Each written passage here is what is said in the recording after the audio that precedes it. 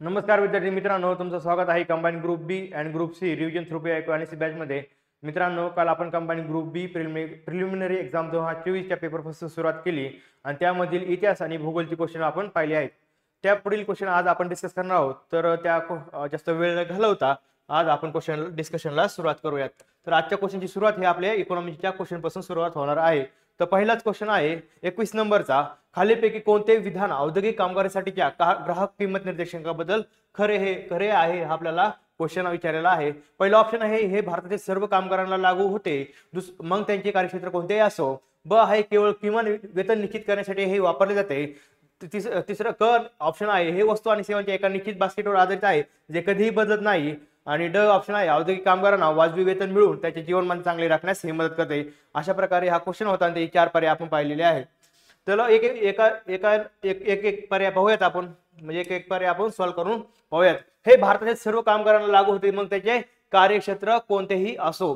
तर हे ऑप्शन चुकीचं आहे, लक्षात ठेवा. हे भारतातील सर्व कामगारांना लागू होत नाही मित्रांनो, कारण की प्रश्नामध्ये दिलेलं आहे काय, औद्योगिक कामगारासाठीच्या ग्राहक किंमत निर्देशांकाबद्दल.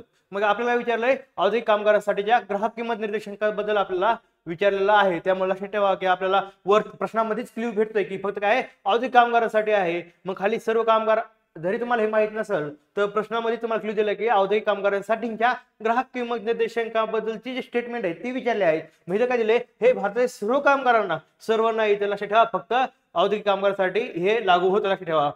ब आहे केवळ किमान वेतन निश्चित करण्यासाठी हे वापरले जाते. काय, केवळ किमान वेतन निश्चित करण्यासाठी हे वापरले जाते. तर हे स्टेटमेंट चुकीचं आहे मित्रांनो. हे किमान वेतन नाही तर लक्षात ठेवा महागाई भत्ता असेल किंवा महागाई भत्ता असेल किंवा महागाई कोणत्या प्रमाणात वाढते त्याच्यासाठी जो वापर होतो किंवा आपले पॉलिसी मेकिंग मध्येही ह्याचा वापर केला जातो. फक्त किमान वेतन निश्चित करण्यासाठी याचा वापर केला जात नाही.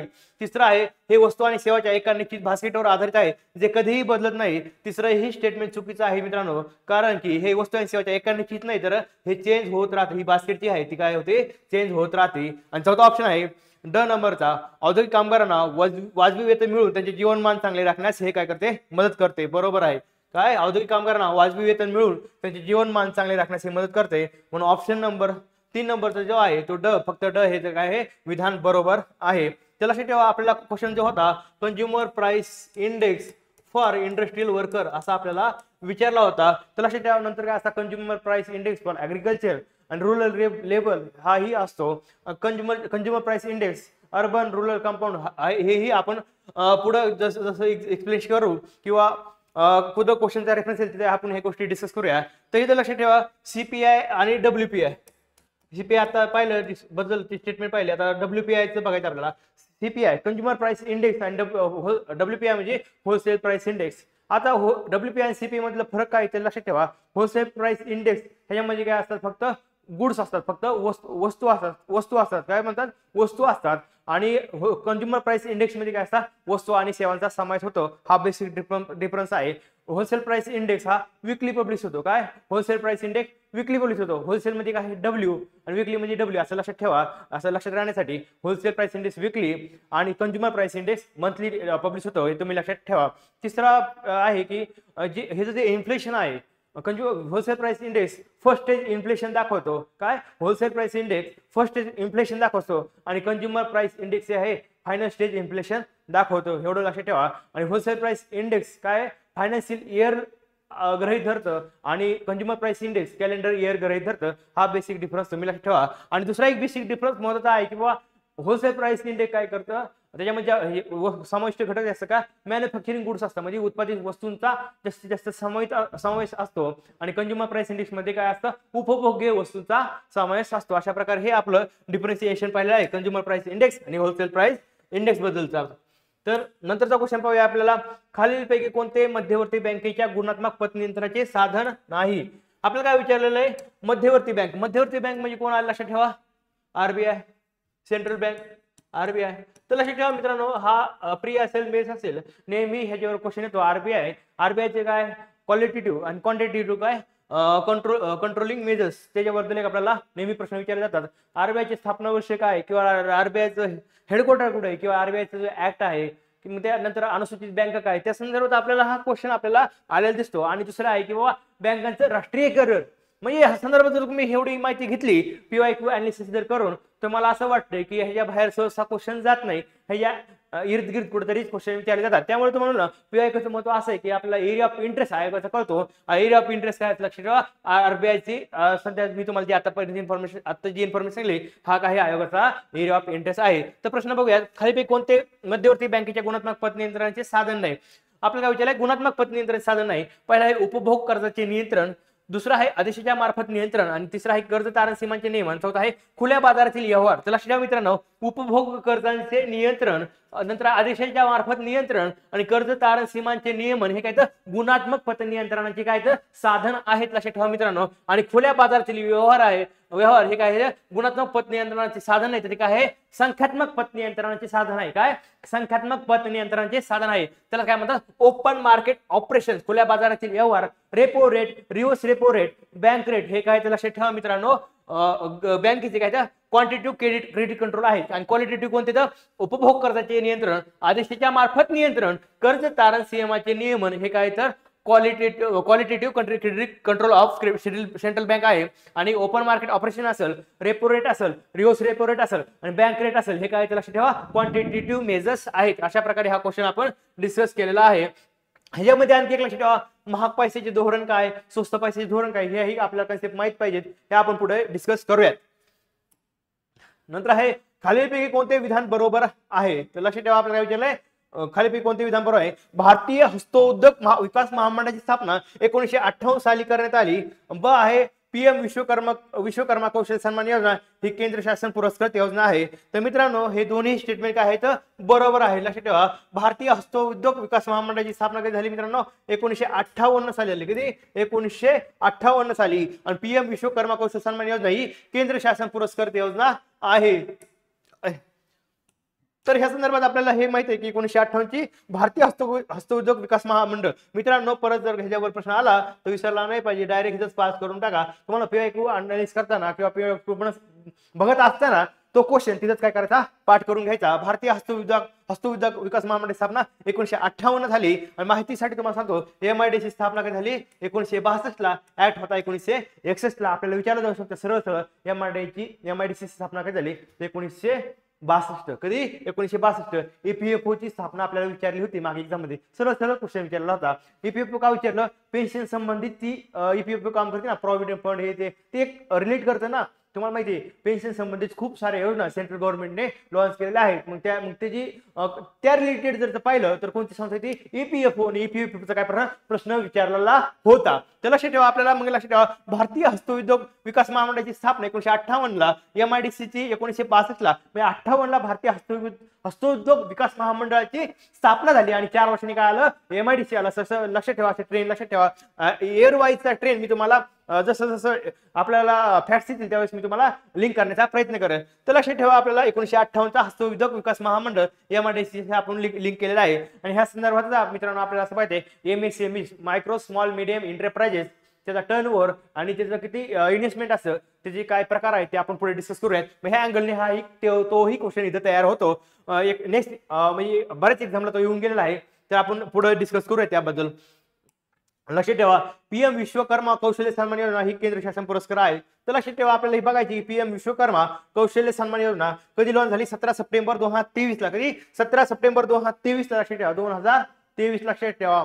असं लक्षात ठेवा की आता मी इकॉनॉमिक सर्व्हिसची बॅच लॉन्च करताना असताना इयर वाईज कशा सणावारी लक्षात ठेवायचा, त्याचे योजना कशा लक्षात ठेवायच्या, एक ट्रेंड बनवला होता, ट्रिक्स आणि टेक्निक्स बनवल्या होत्या, ते मी तुम्हाला इथं सांगणार आहे. तर सुरुवात आपण त्याची करूयात. की लक्षात ठेवा की आपलं जे आहे शेतकऱ्याचं उत्पन्न डबल कधी करायचं होतं, 2022 पर्यंत करायचं होतं. मला असं लक्षात ठेवा की बाबा शेतकऱ्याचं उत्पन्न डबल झालं. कशामुळे, समजा शेतकऱ्यांनी काय लावलं, लक्षात ठेवा की आपल्याला फळबाग लावली, फळबाग लावली ती तिथपर्यंत ठीक झालं, शेतकरी उत्पन्न घेतलं. पण कसं आहे, शेतकऱ्यांनी जर स्वतःच्या युनिट स्थापन केले गावामध्ये, फूड प्रोसेसिंग युनिट, म्हणजे कसं की बचत गट असेल किंवा आपल्या वेगवेगळ्या संस्थेच्या माध्यमातून गावामध्ये सहभागातून काही उद्योगधंदे चालू केले तर त्यांना आणखी शेतकऱ्याला फायदा होईल. मग उत्पन्न डबल चोपल काही पण म्हणजे ते किती पटीत होऊ शकतं जर योग्य गायडन्स शेतकऱ्यांना भेटला तर. लक्षात ठेवा 2022 ला आम्हाला शेतकरी उत्पन्न डबल करत होतं. आम्ही उत्पन्न घेतलं आणि आमच्याकडे फळ निर्माण झाली. आम्हाला असं वाटलं की आता आम्ही फूड प्रोसेसिंग केलं पाहिजे. फूड प्रोसेसिंग साठी काय लागतं मित्रांनो,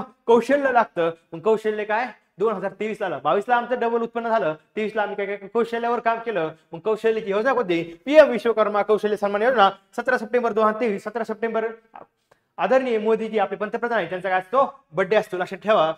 17 सप्टेंबर 2023. आणि ही जी योजना आहे कौशल्य विकास आणि उद्योजकता मंत्रालय या अंतर्गत काम करताना दिसते. आपल्याला याचा मेन उद्देश काय लक्षात ठेवा, कारागीर, शिल्पकार आणि छोट्या व्यवसाय करणाऱ्यांना आर्थिक सहाय्य देणे आणि कौशल्य वाढवणे. काय? कारागीर असेल, शिल्पकार असेल आणि छोट्या व्यवसाय करणाऱ्यांना आर्थिक सहाय्य देणे आणि कौशल्य वाढवणे यासाठी काय आहे? पीएम विश्वकर्मा योजना आहे. तर ह्या प्रकारे अशा प्रकारे आपण हा क्वेश्चन डिस्कस केला आहे. आणि दुसरं मत स्किल इंडिया मिशन काय झालं? 15 जुलै 2015. हे लक्षात ठेवा का जोड्या गावामध्ये विचारत होतं. माझी आपली जी योजना होती ना, माझी लाडकी बहीण योजना असेल आणि दुसऱ्या जे आहेत ना ह्युमन एम्पॉवरमेंटच्या ज्यावर स्कीम आहे त्यावरही आपल्याला नेहमी क्वेश्चन विचारतात. तसं आपल्याला पेन्शनच्या स्कीम असतात. म्हणजे तुम्हाला ना योजना विचारण्याचा कल काय माहिती लक्षात ठेवा, रोजगाराच्या योजना असतात, ह्युमन एम्पॉवरमेंटच्या योजना असतात आणि पेन्शन संबंधित योजना असतात. जास्त कल हा काय असतो इकडे असतो. म्हणजे अभ्यास करत असताना करंट अफेअर असेल किंवा ट्रेडिशनल बुक मध्ये आपल्या ज्या योजना येतात त्या योजना करत असताना रोजगाराची योजना, पेन्शनची योजना, ह्युमन एम्पॉवरमेंटच्या योजना ह्या तुमच्या प्रायोरिटी बेसिसवर अभ्यासाला पाहिजेत. तर लक्षात ठेवा आपल्याला बघायचं आहे की आता स्किल इंडिया मिशन कधी आलं? 15 जुलै 2015ला. ज्यावेळी 2014ला काय आलं? मोदी गव्हर्नमेंट आलं. 1 वर्षाने काय आलं? स्किल इंडिया मिशन आलं असं लक्षात ठेवा. नंतर आहे भारतीय लोकसंख्येच्या अभ्यासात खालीलपैकी सतत बदलणारे 3 प्रमुख घटक कोणते? काय विचारलंय? भारतीय लोकसंख्येच्या अभ्यासात खालीलपैकी सतत बदलणारे 3 प्रमुख घटक कोणते? पहिला आहे जन्मदर, दुसरा आहे माता मृत्यूदर आणि स्थलांतर. दुसरा ऑप्शन आहे जन्मदर, मृत्यूदर आणि अर्भक मृत्यूदर. तिसरा आहे जन्मदर, मृत्यूदर आणि स्थलांतर. चौथा आहे जन्मदर, माता मृत्यूदर आणि अर्भक मृत्यूदर. तर लक्षात ठेवा भारतीय लोकसंख्येच्या अभ्यासात खालीलपैकी सतत बदलणारे 3 प्रमुख घटक कोणते आहेत? लक्षात ठेवा मित्रांनो, मी डायरेक्ट उत्तर सांगतो. हे आहे जन्मदर, मृत्यूदर आणि स्थलांतर. आता असे क्वेश्चन सोडवताना मित्रांनो खूप शांतपणे विचार करावा लागतो. असे क्वेश्चन सहसा आपल्या वाचनात आले नसतात. हे ऍप्लिकेशन बेस असतात, लॉजिक बेस असतात. बरोबर आहे. इन्फॉर्मेशन बेस्ड लॉजिक डेव्हलप झाल्यानंतर असे क्वेश्चन सुटतात.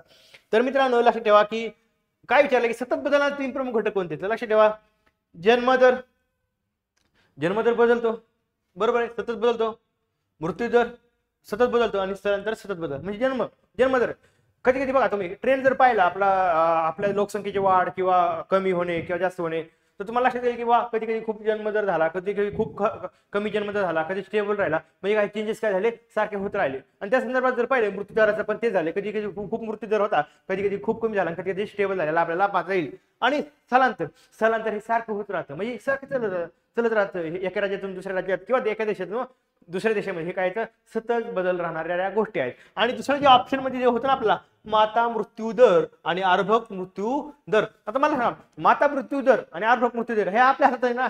जन्म मृत्यू हे आपल्या हातात नाही ना, पण माता मृत्यूदर आणि अर्भक मृत्यूदर बऱ्यापैकी काय तर आपल्या हातामध्ये आहे. म्हणजे आपण जर मातांना किंवा गर्भवती स्त्रियांना जर योग्य आरोग्याच्या सुविधा दिल्या तर ते काय होईल? माता मृत्यूदर कमी होईल. म्हणजे काय होईल? ते बदलणार नाही आणि तो एक स्टेबल राहील. आणि त्याचप्रमाणे अर्भक मृत्यूदर पण आहे. आरोग्याच्या व्यवस्थित सुविधा दिल्या तर अर्भक मृत्यूदर पण स्टेबल राहील. म्हणजे तो झाला तरी फ्लक्च्युएट थोडा कुठं किंचित तरी होईल. त्यामुळे सतत बदलणारी घटक होते जन्मदर, मृत्यूदर आणि स्थलांतर आपल्याला असं बघता येईल. नंतरचा क्वेश्चन बघायचा आपल्याला ह्या संदर्भात आपल्याला लोकसंख्ये संदर्भात पुढे गेल्यानंतर लोकसंख्या सिद्धांत बघायचा आहे. ते आपण पुढे डिस्कस करू. तर मित्रांनो थोडं माझं बोलणं फास्ट आहे, थोडं हे आहे, त्यामुळे मी तुम्हाला म्हणतो की लेक्चर करत असताना ओरिजिनल पेपर अगोदर पाहून घेणे किंवा सॉल्व्ह करून घेणे. ओरिजिनल पेपर सॉल्व्ह करून बघितल्यानंतरच आपलं लेक्चर बघणे. तेही शांत, वही पेन काहीच घ्यायचं नाही. फक्त हाताची जी घडी तोंडा बोट डायरेक्ट लाईव्ह मध्ये असं बसायचं, नुसतं लेक्चर वगैरे बसायचं. कारण की माझा बोलण्याचा स्पीड खूप आहे आणि बोलण्याच्या स्पीड मध्ये एखादी फॅक्ट किंवा कन्सेप्ट तुमच्या असंच पुढे निघून जाईल आणि डिस्ट्रॅक्शन झाल्यामुळे ते कळणार नाही की मी काय बोललो होतो ते. आणि थोडा माझा बोलण्याचा हे की फास्ट असल्यामुळे बऱ्याच वेळा माझं बोलणं मुलांना असं कळत नाही. त्याबद्दल माफी मागते. थोडं त्याच्यावर मी काम करत आहे.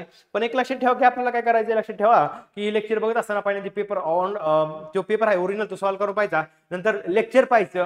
ते पण लेक्चर काय काही नोट डाऊन करायचं नाही किंवा काही लिहायचं नाही. फक्त हाताची घडी तोंडा बोट म्हणजे फक्त बघत राहायचं. आणि तिसऱ्या वेळेस काय करायचं 2च्या किंवा 4च्या स्पीडनं तुम्हाला जे नोट डाऊन करते नोट डाऊन करून घ्यायचं. मग विचार करा मित्रांनो तुमचा ओरिजिनल पेपर एकदा पाहून होतोय, एकदा लेक्चर तुम्ही पाहताय, नंतर नोट डाऊन साठी एकदा लेक्चर पाहताय. 3 वेळेस तुमचे 14 पेपर डोळ्याखालून जात आहेत. तर मी गॅरंटी देतो तुमचा कॉन्फिडन्स 65+ मी टार्गेट आहे. तुमचा कॉन्फिडन्स 75+ पण जाऊ शकतो. लक्षात ठेवा. नंतर आहे आंतरराष्ट्रीय नाणेनिधी IMFच्या 2024 मध्ये नमूद केलेल्या माहितीनुसार जगातील सर्वोच्च 5 सर्वात मोठ्या अर्थव्यवस्था सर्वात श्रीमंत देशाच्या योग्य क्रम लावा. काय म्हणलं आपल्याला? आंतरराष्ट्रीय नाणेनिधीच्या 2024 मध्ये नमूद केलेल्या माहितीनुसार जगातील सर्वोच्च 5 सर्वात मोठ्या अर्थव्यवस्था किंवा सर्वात श्रीमंत देशांचा योग्य क्रम लावा. त्याचं उत्तर डायरेक्ट सांगतो मित्रांनो. कोणतं होतं तर लक्षात ठेवा. कधी 2024 नुसार काय होतं लक्षात ठेवा. तो ऑप्शन आपला चौथा नंबरचा ऑप्शन बरोबर आहे. अमेरिका, चायना, जर्मनी, जपान आणि भारत हे काय आहेत सर्वोच्च म्हणजे 5 सगळ्यात जगातल्या मोठ्या अर्थव्यवस्था होत्या. अमेरिका, चीन, जर्मनी, जपान आणि भारत हे कधी होतं 2024 नुसार. बरोबर आहे. आता काय झालंय? चेंज झालेलं आहे. कारण भारत हा जगातली चौथी मोठी अर्थव्यवस्था बनलेला आहे. लक्षात ठेवा. मग लक्षात ठेवा पहिल्यांदा काय मग लक्षात ठेवा आताचा ट्रेंड काय 2025 नुसार काय 25 नुसार ट्रेंड काय आहे? अमेरिका, चायना, जर्मनी, भारत आणि जपान. काय? अमेरिका, चीन, जर्मनी, भारत आणि जपान असं लक्षात ठेवा. मग आपल्या आता मला सांगा हे लक्षात कसं ठेवायचं? बरोबर आहे. लक्षात कसं ठेवायचं तर आपल्याकडे ट्रिक्स आहे, टेन्शन घ्यायचं नाही. चीफ जस्टिस ऑफ इंडिया म्हणजे काय? म्हणजे आपण एकेरी नाही बोलत. चीफ जस्टिस ऑफ इंडिया काय chief justice of India going to Japan. बरोबर आहे. Chief justice of India going to Japan असं लक्षात ठेवा. जपानला का जायचं की बाबा आमची अर्थव्यवस्था मोठी होत चाललेली आहे, खूप मोठी होणार आहे आणि आम्हाला आणखी मोठी करायची. मोठी केव्हा होईल? आमच्या लोकांकडे पैसा आला, आमचा माणूस, आमचा इंडिव्हिज्युअल नागरिक जर मोठा झाला तळागाळातला तर आपोआप आमचा देश मोठा होणार आहे. मग जपानला तुम्ही जर पाहिलं सगळ्यात वयोवृद्धची लोकसंख्या जास्त आहे, तिकडे लोक काम करायला नाहीत. मग आम्ही काय करणार? आमचे लोक तिकडे पाठवणार. त्यांच्याकडे मग काय होणार? तिकडे आपली लोक तिकडे काम करणार आणि काम केल्यामुळे काय होणार? त्यांना पैसे भेटणार. पैसे भेटल्यामुळे ते श्रीमंत होणार. आपोआप आमचा देश श्रीमंत होणार. म्हणून आम्ही म्हणतो chief justice of India going to Japan. काय chief justice of India going to Japan असं लक्षात ठेवू शकतो. मग लक्षात ठेवा. A for America, C for China, J for Germany, I for Bharat आणि नंतर आहे जपान. अशा प्रकारे तुम्ही लक्षात ठेवू शकता. अमेरिका, चीन, जर्मनी, भारत आणि जपान. मग आपल्याला ह्या संदर्भात आणि काय विचारलं जाऊ शकतं? आयातीमध्ये रँकिंग विचारलं होतं, निर्यातमध्ये रँकिंग विचारलं होतं. सगळ्यात जास्त आयात कोणत्या देशाकडून केली जाते, सगळ्यात जास्त निर्यात कोणत्या देशाला केली जाते, हे आपल्या एरिया ऑफ इंटरेस्ट आयोगाचे क्वेश्चन विचारलेले दिसतात. आता IMF हा आयोगाचा एरिया ऑफ इंटरेस्ट आहे. बरोबर. तर लक्षात ठेवा IMF काय ते लक्षात ठेवा. IMF काय? International monitoring fund. काय? International monitoring fund. त्याचं महत्व उद्देश काय आहे? सदस्य देशांना आर्थिक स्थिरता देण्यासाठी. काय? सदस्य देशांना आर्थिक स्थिरता देण्यासाठी ते काय करतं? काम करतं, निधी प्रोव्हाइड करतं. नावातच आहे ना फंड म्हणजे निधी. बरोबर आहे. नावातच आहे फंड. सदस्य देशांना काय करतं? आर्थिक स्थितीसाठी निधी देतं किंवा फंड देतं असं म्हणू शकतो. 1944 ला स्थापना झाली. कधी? 1944 ला स्थापना झाली. आणि हेडक्वार्टर कुठे? Washington DC. कुठं? Washington DC. आणि सगळ्यात महत्त्वाचा क्वेश्चन आहे मेंबर कुठे? मेंबर किती? हा क्वेश्चन विचारतात सारखं. किती? 191 मेंबर आहेत. आणि रिसेंटली कोणता आहे? 191 मेंबर 2024 ला आलेला आहे. लिकनटेनस्टाइन. काय? लिकनटेनस्टाइन काय? 191 देश सदस्य कोण झाले 2024 ला? लिकनटेनस्टाइन. IMF 1944, वॉशिंग्टन DC हेडक्वार्टर, 191 सदस्य देश, 191 2024 ला आलेला आहे. काय? लिकनटेनस्टाइन असं लक्षात ठेवू शकता. अशा प्रकारे हे तुमचा आपला हा क्वेश्चन डिस्कस करून झालेला आहे. 25 नंबरचा. 26 नंबरचा क्वेश्चन आहे कर सुधारणा रिलेटेड. आपल्याला हा क्वेश्चन पाहिजे. डॉक्टर विजय केळकर समितीचा अहवाल डॅश सी संबंधित आहे. पहिला आहे प्रशासकीय सुधारणा, दुसरा आहे अप्रत्यक्ष कर विषयक सुधारणा, तिसरा आहे व्यापार विषयक सुधारणा आणि चौथा आहे वित्तीय क्षेत्रातील सुधारणा. त्याला डायरेक्ट उत्तर सांगतो. डॉक्टर विजय केळकर समितीचा अहवाल हा अप्रत्यक्ष कर विषयक सुधारणा या संदर्भात आपण पाहू शकतो. काय? अप्रत्यक्ष कर विषयक सुधारणा संदर्भात. तर लक्षात ठेवा विजय केळकर जे आहे त्यांचं काय आपलं काय दिलं? अप्रत्यक्ष तर म्हणजे टॅक्स रिफॉर्म संबंधित विजय केळकर यांचे आपल्याला सुधारणा रिलेटेड जी समितीचा अहवाल आपल्याला पाहता येतो. तो प्रत्यक्ष आणि अप्रत्यक्ष या दोन्हीसाठी आहे. पण जर फक्त काय दिलेलं आहे? अप्रत्यक्ष. आणि पर्याय म्हणजे जर पाहिलं तर आपल्याला काय दिलेलं आहे? अप्रत्यक्ष कर विषयक सुधारणा. त्यामुळे काय सोपा क्वेश्चन झालेला असं देऊ शकता आयोग. अप्रत्यक्ष, प्रत्यक्ष आणि अप्रत्यक्ष आणि प्रत्यक्ष असं 3 ऑप्शन तयार होऊ शकतात. केळकर समिती कशा संबंधित आहे? प्रत्यक्षसाठी. दुसरा ऑप्शन आहे अप्रत्यक्षसाठी. तिसरा आहे प्रत्यक्ष आणि अप्रत्यक्षसाठी. चौथं काहीतरी देतील. बरोबर आहे.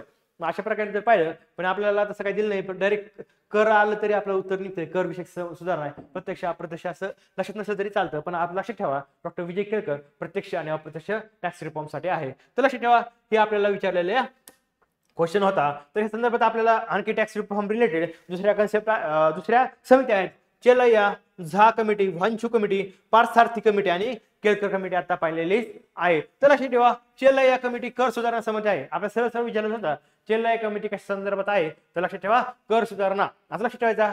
चिलकर काय म्हणतो आपण, चिलकर म्हणजे लक्षात कसं ठेवायचं, चिलकर, चिल म्हणजे चेल्लाया, कर म्हणजे कर सुधारणा, चिलकर चेल्लाया कर म्हणजे सुधारणा, चेल्लाया कर सुधारणा समिती असं ट्रिक स्वरूपात लक्षात ठेवा. झा म्हणजे अप्रत्यक्ष कर, झा कोणा कशी रिलेटेड होती, अप्रत्यक्ष कर. झाचं झाड काढ, झाड जंगलातलं झाड कसं वाढतं, अप्रत्यक्ष वाढतं. स्वतः कोणी आपण कोणी पाणी घालायला जातो का, वर पाऊस पडतो आणि आपोआप काय होतं, झाड वाढतं. म्हणजे काय, हे आपलं विशेष लक्ष नसतं ना, आपलं म्हणजे मी माणसांचं, तर ही जंगलातलं झाड आपोआप वाढतं म्हणजे अप्रत्यक्ष वाढतं. असं काही ट्रिक स्वरूपात लक्षात. झाड झा कमिटीचं तर झाड करा आणि ते कसं वाटतं, अप्रत्यक्ष, म्हणून ते शिफारस कशात बसवली, अप्रत्यक्ष कर सुधारणा समिती. नंतर आहे वांचू काय, प्रत्यक्ष कर समिती. वांचूचं विंचू करा, विंचू डायरेक्ट चावतो ना, डायरेक्ट आग होती खूप, बरोबर आहे. म्हणून वांचू म्हणजे डायरेक्ट म्हणजे प्रत्यक्ष, वांचू प्रत्यक्ष कर, विंचू प्रत्यक्ष चावतो, वांचू प्रत्यक्ष कर समिती असं ठेवा. आणि पार्थसारथी शोम गार रिलेटेड आहे. गार काय होतं, जनरल अँटी अवॉर्डन्स रूल संदर्भात आहे. तर कोणी लक्षात ठेवा, गार रिलेटेड कमिटी कोणती होती, लक्षात ठेवा पार्थसारथी शोम. ते कसं लक्षात ठेवायचं, पार्थाला काय भेटला, सारथी भेटल्यामुळे तो काय झाला, निवांत झाला म्हणजे गारेगार झाला. मसा एखादा व्यक्ती कुठेतरी चाललाय जंगलामध्ये, कुठेतरी कोणत्या मोहिमेत चाललाय, एकटा असेल तर थोडी मनामध्ये भीती असते, पण सोबत कोणीतरी असेल तर काय वाटतं, निवांत वाटतं, थोडा आधार वाटतो. तसंच काय पार्थाला सारथी भेटल्यामुळे तो घाला निवांत झाला म्हणजे गारेगार, म्हणजे आपला पार्थ सारथी गार असं लक्षात ठेवू शकता. आणि नंतर आहे केळकर प्रत्यक्ष आणि अप्रत्यक्ष संबंधी आपण आताच पाहिलेला आहे. 27 नंबरचा क्वेश्चन पाहूयात. डॅश मध्ये मानवी गरिबी निर्देशांकाच्या जागी बहुआयामी दारिद्र्य निर्देशांकांची संकल्पना मांडण्यात आली.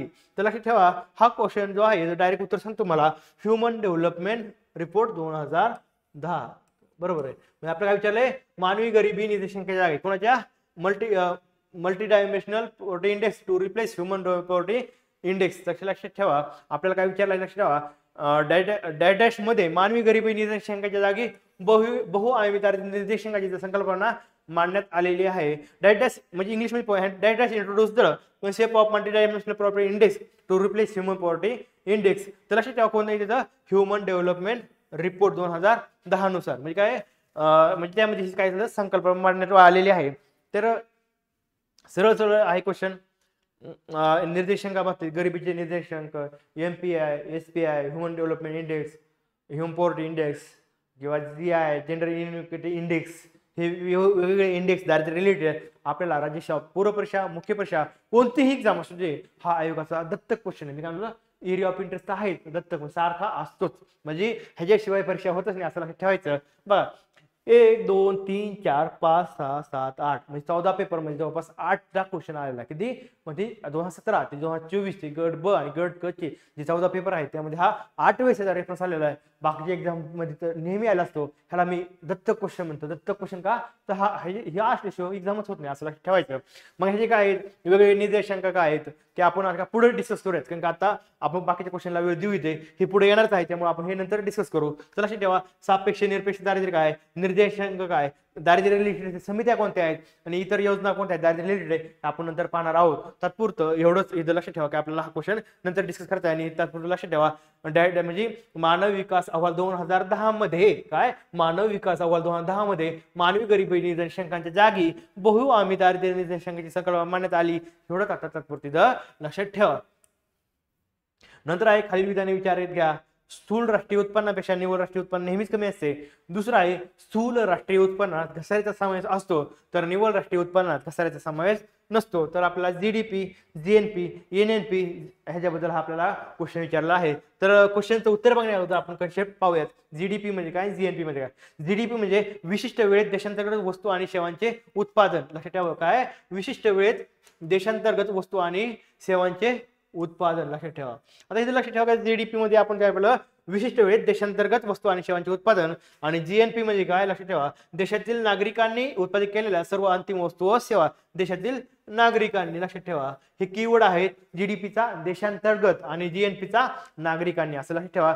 GDP काय आहे लक्षात ठेवा, विशिष्ट वेळेत देशांतर्गत वस्तू आणि सेवांचे उत्पादन आहे. म्हणजे काय, विदिन बाउंड्री म्हणजे देशाच्या बाउंड्रीमध्ये आहे. जीएनपी म्हणजे काय, देशातील नागरिकांनी, मग ते देशात कमवलं असू दे किंवा बाहेर देशात कमवते असू दे, ते आपल्या ग्रॉस नॅशनल म्हणजे काय प्रोडक्ट म्हणजे जीएनपी मध्ये ऍड झालेलं दिसेल आपल्याला. आता लक्षात ठेवा जीडीपीचा फॉर्म्युला काय, लक्षात ठेवा C plus I plus G plus X minus M. काय जीडीपी फॉर्म्युला काय, C plus I plus G plus X minus M. आपल्याला जीडीपीचा फॉर्म्युला पण विचारला जाऊ शकतो. तर लक्षात जीडीपी म्हणजे काय, सी काय कन्झम्पशन म्हणजे उपभोग, आय काय इन्व्हेस्टमेंट आहे म्हणजे गुंतवणूक आहे, जी म्हणजे गव्हर्नमेंट एक्सपेंडिचर आहे, गव्हर्नमेंटचे खर्च आहे, आणि एक्स मायनस एम म्हणजे एक्सपोर्ट मायनस इम्पोर्ट आपल्याला पाहता येईल. नंतर जीएनपीचा फॉर्म्युला काय आहे, जीएनपी म्हणजे काय GDP plus Z. GDP plus Z म्हणजे काय, जीएनपीचं तर पहिलं आपलं C plus I plus G plus export minus import plus Z. Z म्हणजे काय आपले इनफ्लोज फ्रॉम अब्रॉड म्हणजे बाहेरून देशातील आपल्याकडे मिळालेलं उत्पन्न, असं लक्षात ठेवू शकता. हे जीएनपी आहे. जीडीपीचा एक कीवर्ड लक्षात, देशांतर्गत अंतिम वस्तू आणि काय वस्तू आणि सेवांचे उत्पादन, बरोबर आहे. जीडीपी काय देशांतर्गत वस्तू आणि सेवांचे उत्पादन, आणि जीएनपी काय लक्षात ठेवा नागरिक. म्हणजे जीडीपी मला कीवर्ड काय देशांतर्गत आहे, जीएनपी मध्ये काय नागरिकांनी उत्पादित केलेल्या सर्व अंतिम वस्तू आणि सेवा, असं लक्षात ठेवा जीडीपी आणि जीएनपी. आता दुसरे कन्सेप्ट आहे आपल्याला एनडीपी आणि जीएनपी. आता जीडीपी मधून घसारा मायनस केला तर आपल्याला काय म्हणतं एनडीपी. काय जीडीपी मायनस घसारा केला तर एनडीपी मिळतं, आणि जीएनपी मायनस घसारा केला काय म्हणतं एनएनपी मिळतं, बरोबर आहे. जीडीपी मायनस घसारा केला एनडीपी मिळतं, आणि जीएनपी मायनस घसारा केला एनएनपी मिळतं. तर आता आपण आपलं काय करू, क्वेश्चन कडे येऊया. आता आपल्याला क्वेश्चन कळेल नेमकं काय सांगायचं आहे. तर लक्षात ठेवा net national product is always less than gross national product. काय म्हणते net national product is always less than gross national product. म्हणजे काय लिहिलंय एकच मिनिट हा मित्रांनो, म्हणजे नेट नॅशनल प्रोडक्ट काय विचारलं आपल्याला, is always less than GNP असं लिहिलंय, बरोबर जीएनपी. आणि दुसरं काय आहे gross national product include depreciation while net national product does not include depreciation. GNP include depression while not net national product does not include depression. आता लक्षात ठेवा. आता आपल्या हा फॉर्म्युल्यावर कॉन्सन्ट्रेट करा.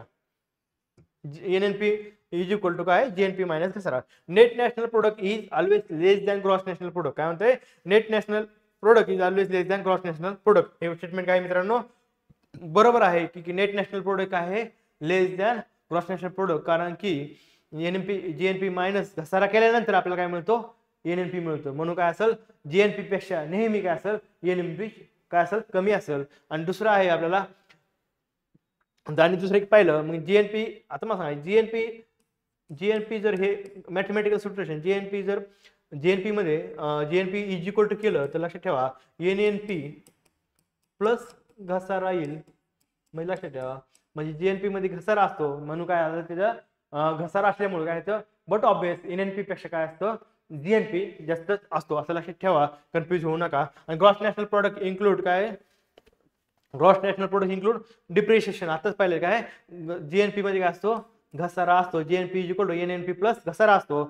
आणि while net national product does not include depreciation, बरोबर आहे. एनएनपी मध्ये घसारा नसतो कारण की जीएनपी मायनस घसारा. आपलं सूत्र काय आहे NNP equal to GNP minus घसारा, म्हणजे एनएनपी मध्ये काय आहे घसारा नसतो. अशा प्रकारे हे दोन्ही स्टेटमेंट आपण काय आहे बरोबर आहेत. हे कन्फ्युज होऊ नका. आणखी ह्याच्याबद्दल आपण जीडीपी जीएनपी बद्दल आपण पुढे गेल्यानंतर डिस्कस करू. आपल्याला आणखी कन्सेप्ट आहे नॅशनल इन्कम काय त्याबद्दल ही कन्सेप्ट पुढे गेला आपण डिस्कस करूया. ह्या कन्सेप्ट तुम्हाला माहिती पाहिजे कारण की ह्या कन्सेप्टवर नेहमी क्वेश्चन विचारतात. नंतर हा जीव्ही हे काय ग्रॉस व्हॅल्यू ऍडेड काय किंवा जीव्हीए ऍट मार्केट प्राइस काय जीव्हीए ऍट फॅक्टर कॉस्ट काय हे आपण पुढे पाहूयात. आणि आता एक लक्षात ठेवा जीडीपी डिफ्लेटर एक कन्सेप्ट आहे. GDP deflator is equal to normal GDP to real GDP into 100. म्हणजे काय जीडीपी डिफ्लेटरचा फॉर्म्युला काय is equal to normal GDP to real GDP ratio of normal GDP to real GDP into 100. लक्षात ठेवा मित्रांनो सरळ क्वेश्चन विचारला जाऊ शकता. जीडीपी डिफ्लेटर काय लक्षात ठेवा normal GDP ratio of normal GDP to real GDP into 100 असं आहे काय जीडीपी डिफ्लेटर. आणि डिफ्लेटर कशासाठी असतो महागाईचं प्रमाण वाढवण्यासाठी वापरतात. जीडीपी डिफ्लेटर कोणत्या प्रमाणात महागाई वाढत आहे त्या संदर्भात लक्षात ठेवा हे आहे जीडीपी. आणि नॉर्मल जीडीपी कशावर मोजला जातो लक्षात ठेवा करंट मार्केट प्राइसवर. काय नॉर्मल जीडीपी मोजला जातो करंट मार्केट प्राइसवर. आणि रिअल जीडीपी कशावर मोजला जातो लक्षात ठेवा मित्रांनो बेस इयरवर. काय नॉर्मल जीडीपी करंट मार्केट प्राइसवर आणि रिअल जीडीपी हा बेस इयर संबंधित असतो. अशा प्रकारे हा क्वेश्चन डिस्कस झाला. नंतर आपल्याला बघायचं आहे नंतरचा क्वेश्चन, भारताच्या 2023-24च्या अर्थसंकल्पाबाबत खालीपैकी कोणती विधाने बरोबर आहेत? तशाच्या भरड धान्य श्री अन्न या नावाने समाविष्ट करण्यात आले. ब आहे किसान क्रेडिट कार्ड सुविधा वाढवण्यासाठी ₹23,000 कोटी तरतूद करण्यात आली आहे. आणि क आहे राष्ट्रीय पशुधन मिशन करिता 1,000 कोटी तरतूद करण्यात आलेली आहे. तर लक्षात ठेवा मित्रांनो, आपल्याला काय विचारलं आहे, भारताच्या 2023-24च्या अर्थसंकल्पातील हा क्वेश्चन आहे. पण त्याबद्दलची विधाने आपल्याला विचारली. भरड धान्य श्री अन्न या नावाने सन्मानित करण्यात आले. दुसरं आहे किसान क्रेडिट कार्ड सुविधा वाढवण्यासाठी ₹23,000 कोटी करण्यात आली. आणि राष्ट्रीय पशुधन मिशन करिता 1,000 कोटी तरतूद करण्यात आली. तर मित्रांनो लक्षात ठेवा, भरड धान्य श्री अन्न या नावाने सन्मानित कधी केलं? 2023-24ला आमच्या शेतकऱ्याचे उत्पन्न डबल झालं. डबल झाल्यामुळे त्याचा सन्मान करण्यासाठी शेतातल्या उत्पन्न निघतं त्याचा सन्मान म्हणजे काय, सन्मान करण्यासाठी आम्ही काय केलं, भरड धान्य श्री अन्न केलं. भरड धान्य शेतकरी करतो ना, 2022ला आमचं उत्पन्न डबल करायचं होतं. मग आम्ही काय केलं, 2023-24ला आम्ही काय केलं, सन्मान दिला कायला, भरड धान्याला श्री अन्न. असं सिक्वेन्स लक्षात ठेवा. किसान क्रेडिट कार्ड सुविधा वाढवण्यासाठी ₹23,000 कोटी तरतूद करण्यात आली, हेही बरोबर आहे. आणि राष्ट्रीय पशुधन मिशन करिता ₹1,000 कोटी तरतूद करण्यात आली, हे काय आहे, चुकीचं आहे. कारण 1,000 कोटी नव्हते, तर खूप जास्त ह्याच्यापेक्षाही जास्त रक्कम होते. तर लक्षात ठेवा, हा अर्थसंकल्पाबाबतीचा क्वेश्चन होता. मित्रांनो अर्थसंकल्पातून 1-2 क्वेश्चन असतात. काल मी तुम्हाला डिस्कस केलं की राष्ट्रीय कुपोषण मिशन असेल किंवा PM सूर्यघर मुफ्त बिजली योजना असेल, महाराष्ट्र इकॉनॉमी सर्वे जर पाहिला असता तरी तुमचे क्वेश्चन बरोबर आले असतात. किंवा आपल्या सेंद्रिय शेतीबद्दल एक क्वेश्चन विचारला होता, तोही इकॉनॉमी सर्वे जर पाहिला त्यातून 1-2 क्वेश्चन येतात. आणि दुसरं जर पाहिलं, आपला क्वेश्चन विचारला होता की पशुगणनेमध्ये भारतामध्ये कितवा क्रमांक लागतो, तो 7वा क्रमांक होता. त्याबद्दलही आपला क्वेश्चन पाहिला होता. 20वी गणनेच्या संदर्भात तो पाहिला होता. आणि तोही इकॉनॉमिक सर्वे जर केला तर पहिला हायलाइटेड असतं, ते लगेच कळून होतं प्रिफेस मध्ये. तेवढं जरी केलं असतं तरी तुमचा क्वेश्चन बरोबर आला असता. आणि हा एक क्वेश्चन काय लक्षात ठेवा, 2023-24च्या अर्थसंकल्पाबाबत विचारलेला आहे. तर मित्रांनो जर शक्य झालं तर आपली बॅच आहे युट्यूबला, अर्थॉलॉजी प्लस इकॉनॉमिक्स असं युट्यूबला टाका, किंवा योगेश स्पर्धे असं युट्यूबला टाका. तर तिथं मला इकॉनॉमिक्स सर्वेची बॅच पूर्ण फ्री आहे. जवळपास 15 घंट्याची बॅच आहे. 2च्या स्पीडने बघा. त्यातील तुम्हाला जे महत्त्वाचे वाटतं PO अनालिसिस केल्यानंतर कळलं त्यातलं मी काय महत्त्वाचं बोललेलं आहे. आणि मी हायलाइटेड केलेल्या गोष्टी आहेत. इकॉनॉमिक्स सर्वे हा मी राजेशाह मुख्य परीक्षेसाठी घेतला होता. तर लक्षात ठेवा, त्याचा उपयोग तुम्हाला येणाऱ्या प्रिलिम आणि मेन्स एक्झामसाठी होऊ शकतो. जर शक्य झालं, वेळ मॅनेज झाला तर एकदा पाहून घ्या. त्यातले काही फॅक्ट्स काय असेल, काय नोट डाऊन करता आले तर नक्की करा. तर लक्षात ठेवा, आपल्या बघायचं आहे की भरड धान्य श्री अन्न. तर लक्षात ठेवा, आपल्याला जे आहे इंटरनॅशनल मायलेट इयर म्हणजे भरधान्य वर्ष जे होतं कधी केलं, 2023ला. आणि अर्थसंकल्पात आपला उद्देश कधी केलेला, अर्थसंकल्प पण 23चा. म्हणजे उत्पन्न डबल झालं 2022ला. आणि आम्ही काय केलं, नंतर इंटरनॅशनल मायलेट इयर पण साजरा केलं त्यानंतर 2023ला बाय UN आणि फूड अँड ॲग्रिकल्चर ऑर्गनायझेशन. कोणी केलं, हे होत आहे युनायटेड नेशन आणि फूड अँड ॲग्रिकल्चर ऑर्गनायझेशन. त्याला आपण काय म्हणतो, sacred food, mother of all grains. मायलेट्सला काय म्हणतात, मदर ऑफ ऑल ग्रेन्स किंवा सॅक्रेड फूड. नंतर आहे किसान क्रेडिट कार्ड. तर लक्षात ठेवा, 1998ला हे काय आलेलं आहे, किसान क्रेडिट कार्ड आले. लक्षात ठेवा, किसान क्रेडिट कार्ड, क्रेडिट आपण काय क्रेडिट कशासाठी वापरतो, छोट्या छोट्या वस्तू घेण्यासाठी, मोबाईल किंवा छोट्या काही आणखी ग्रोसरीज असतील. आणि ती कसं असतं, शॉर्ट टर्म असतं. 2 वर्ष 3 वर्ष 15-20 वर्षासाठी क्रेडिट कार्डवर कोणी लोन घेतलेलं बघितलंय का? तर नाही ना. क्रेडिट कार्ड काय असतं, शॉर्ट टर्म, 1-2 वर्ष किंवा 3 वर्षासाठी. हे काय असतं, शॉर्ट टर्म साठी. इथं पण आहे Kisan credit card, short term loans. आपल्याला विचारलं जाऊ शकतो किसान क्रेडिट कार्ड मध्ये लोन कसे भेटले जातात, लॉंग टर्म का शॉर्ट टर्म. काय शॉर्ट टर्म 1998 संदर्भात आहे. आणि RV गुप्ता कमिटीने हे सजेस्ट केलं होतं किसान क्रेडिट कार्डवर. कोणी, गुप्ता कमिटी. आता गुप्ता क्रेडिट म्हणजे काय, माझं क्रेडिट आहे, मी जगाला सांगत बसणार आहे का, नाही. माझ्याकडे किती पैसा आहे जगाला सांगत बसणार नाही, तो गुप्ता असणार आहे. लक्षात घ्या, गुप्ता कमिटी किसान क्रेडिट कार्ड असं लक्षात ठेवा. आणि नंतर आहे कोणी केली, नाबार्डनं हे संदर्भात केलं आपल्याला कारवाई, म्हणजे नाबार्डने केलेलं चालू केलेलं दिसेल. आता बघायचं आहे राष्ट्रीय पशुधन मिशन. राष्ट्रीय पशुधन मिशन कधी केलं, 2014ला. म्हणजे लक्षात ठेवा, पशुधनाबद्दल लक्षात ठेवा, जेव्हा मोदी सेंट्रलमध्ये आपलं मोदी गव्हर्नमेंट आलं त्यावेळेस काय आलं, लक्षात ठेवा, राष्ट्रीय पशुधन मिशन म्हणजे बरोबर आहे. लक्षात ठेवा 2014 काय, जो राष्ट्रीय पशुधन मिशन 2014ला चाललं. पशुधनाचा शाश्वत विकास करणे, रोजगार, वाढीव उत्पादकता आणि उद्योगाचा विकास करण्यासाठी आपल्याला राष्ट्रीय पशुधन मिशन हे लक्षात येईल तुम्हाला खालचे स्टेटमेंट. पण लक्षात ठेवा, राष्ट्रीय पशुधन मिशन 2014. लक्षात ठेवा की आपण केलंय महाराष्ट्र गोसेवा आयोग. गो म्हणजे गाय. गोसेवा आयोग कुठे महाराष्ट्रामध्ये लागू झालेला आहे. बरोबर आहे. म्हणजे काय आहे, प्राण्यांना गायी म्हणजे प्राण्यांना असं लक्षात ठेवायचं की बाबा हे गव्हर्नमेंटचा एक पाहण्याचा दृष्टिकोन चांगला असं लक्षात ठेवा. सगळ्यांचा चांगला असतो, पण आपलं एक लक्षात ठेवण्याचं लक्षात ठेवा की चांगला आहे. मग ज्यावेळेस गव्हर्नमेंट आलं त्यावेळेस 2014ला आम्ही काय केलं, पशुधन मिशन राबवलं. किती 2014ला, असं लक्षात ठेवा. आणि पशुगणना पहिली कधी झाली लक्षात ठेवा मित्रांनो, 2019ला झाली. आणि 20वी कधी झाली 2019ला. पहिली झाली 1919ला आणि 20वी कधी झाली 2019ला. आणि 7वा क्रमांक होता महाराष्ट्राचा भारतामध्ये. किती 7वा क्रमांक होता. आणि आता 21वी गणना चालू आहे. चालू आहे, त्याचे आणखी रिपोर्ट आलेले नाही. आणि एव्हरी 5 इयर म्हणजे प्रत्येक 5 वर्षाला आपल्याला पशुगणना केलेली दिसेल. नंतर आहे भारतीय रहिवाशांसाठी खालीपैकी कोणते परवानगी असलेले विदेशी चलन व्यवहार इलेक्ट्रॉनिक पद्धतीने पाडण्यासाठीचे अधिकृत व्यासपीठ नाही विचारले. काय आपल्याला काय विचारले नाही. भारतीय रहिवाशांसाठी खालीपैकी कोणते परवानगी असलेले विदेशी चलन, काय कोणते परवानगी असलेले विदेशी चलन व्यवहार इलेक्ट्रॉनिक पद्धतीने पार पाडण्यासाठी अधिकृत व्यासपीठ नाही. म्हणजे आपले जे भारतीय रहिवासी आहेत त्यांना काय करायचे, विदेशी चलनाचे व्यवहार करायचे. कसे, इलेक्ट्रॉनिक पद्धतीने. काय करायचे हा प्रश्न लक्षात समजून घ्या. भारतीय रहिवासी आहे त्याला काय करायचे, विदेशी चलन, विदेशी म्हणजे काय युरो डॉलर, त्याचं काय करायचं इलेक्ट्रॉनिक पद्धतीने व्यवहार करायचा आहे. मग तो कुठं करायचा, त्याचे व्यासपीठ काय ते आपल्याला विचारलं आणि त्यातले खालचे पर्याय दिलेत आणि त्यातलं एक कोणतं व्यासपीठ नाही विचारलंय व्यवहार करण्यासाठी. तर एक मान्यताप्राप्त एक स्टॉक एक्सचेंज. दुसरा आहे भारतीय रिझर्व्ह बँकद्वारे अधिकृत व्यासपीठ. फॉरेक्स ट्रेडिंग सेवा देणारे कोणतेही ऑनलाईन व्यासपीठ. आणि परकीय चलनाचे व्यवहार करण्यासाठी भारतीय रिझर्व्ह बँकेने प्राधिकृत केलेले बँक. लक्षात ठेवा, आपण परकीय चलनाचा आपण स्वतःच्या चलनाचा व्यवहार करताना बँकेचे एवढे रेग्युलेशन असतात. पैसा कुठे येतोय, कुठे जातोय, कोण कसं कमवतोय, सगळं बारकाईने लक्ष असतं सरकारचं. मग मला परदेशातला पैसा आपण व्यवहार करतोय, लक्ष ठेवा. बट ऑब्विस त्याच्याकडे पण खूप लक्ष असणार, ह्याच्यापेक्षा जास्त लक्ष असणार. भारतामधून पैसा कसा येतोय, बाहेरचा पैसा आत कसा येतोय, आतला पैसा बाहेर का जातोय, खरंच लक्ष असणार ना. त्यामुळे मग ह्यासाठी काय करे, काहीतरी व्यासपीठ पाहिजे आणि तिथं एक मान्यताप्राप्त काहीतरी गोष्टी पाहिजे, तिथं तुम्ही काहीतरी करा म्हणजे आम्हाला लक्ष ठेवायला सोपं होईल. लक्ष द्या, एक मान्यताप्राप्त स्टॉक एक्सचेंज. बरोबर आहे हे म्हणून बरोबर आहे, मान्यताप्राप्त असायला पाहिजे ना. बरोबर आहे. भारतीय रिझर्व्ह बँकद्वारे अधिकृत व्यासपीठ. बरोबर आहे. आरबीआय पण आहे, स्टॉक एक्सचेंज आरबीआय पण आहे.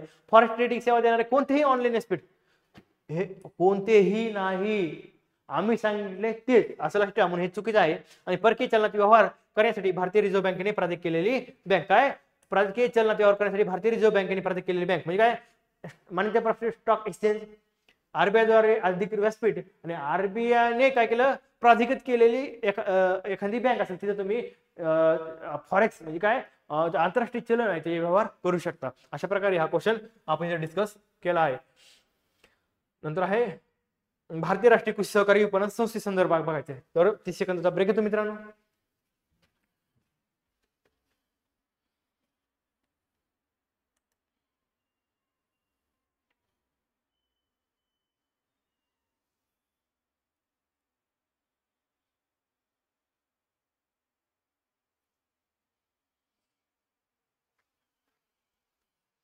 नमस्कार मित्रांनो, आता पुढचा क्वेश्चन पाहूयात आपण. भारतीय राष्ट्रीय कृषी सहकारी विपणन संस्थेचे मुख्य उद्दिष्ट काय होते लक्षात ठेवा. पहिला ऑप्शन आहे कर्ज वाटप करणे, दुसरा आहे ग्रामीण औद्योगिकीकरणाला चालना देणे, तिसरा आहे कृषी मालाचे सहकारी तत्वावर विपणन करण्यास प्रोत्साहन देणे, आणि चौथा आहे स्वस्त दरात कृषी उत्पादन विकणे. आता मित्रांनो तुम्हाला प्रश्नामध्ये काय क्ल्यू असतात.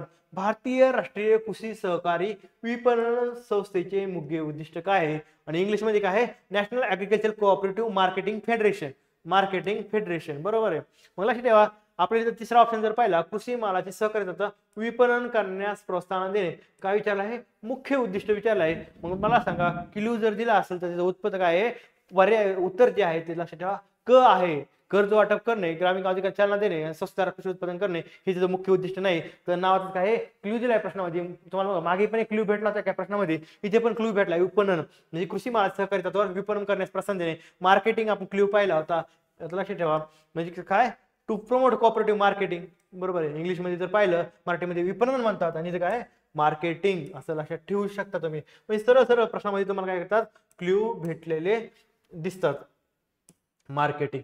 बरोबर आहे. अशा प्रकारे हा क्वेश्चन सॉल्व्ह करता येतो. आता आपल्याला बघायचं की नाफेड आहे ना, भारतीय राष्ट्रीय कृषी सहकारी विपणन संस्था, त्याला इंग्लिश म्हणतात नाफेड शॉर्ट फॉर्म मध्ये. नाफेड म्हणजे काय, National Agriculture Cooperative Marketing Federation. काय, National Agricultural Cooperative Marketing Federation, NAFED. आता नाफेडची स्थापना कधी झाली, 2 ऑक्टोबर 1958 ला. भारतीय हस्तउद्योग जे पाहिलं होतं महामंडळ किंवा आपण जे आता जे क्वेश्चन पाहिलं होतं ना, कौशल्य विकास योजना विश्वकर्मा, ते संदर्भात आपण क्वेश्चन पाहिला होता. तिथं भारतीय हस्तउद्योग विकास महामंडळ स्थापना कधी झाली 1958ला. आणि 1958लाच काय आलं,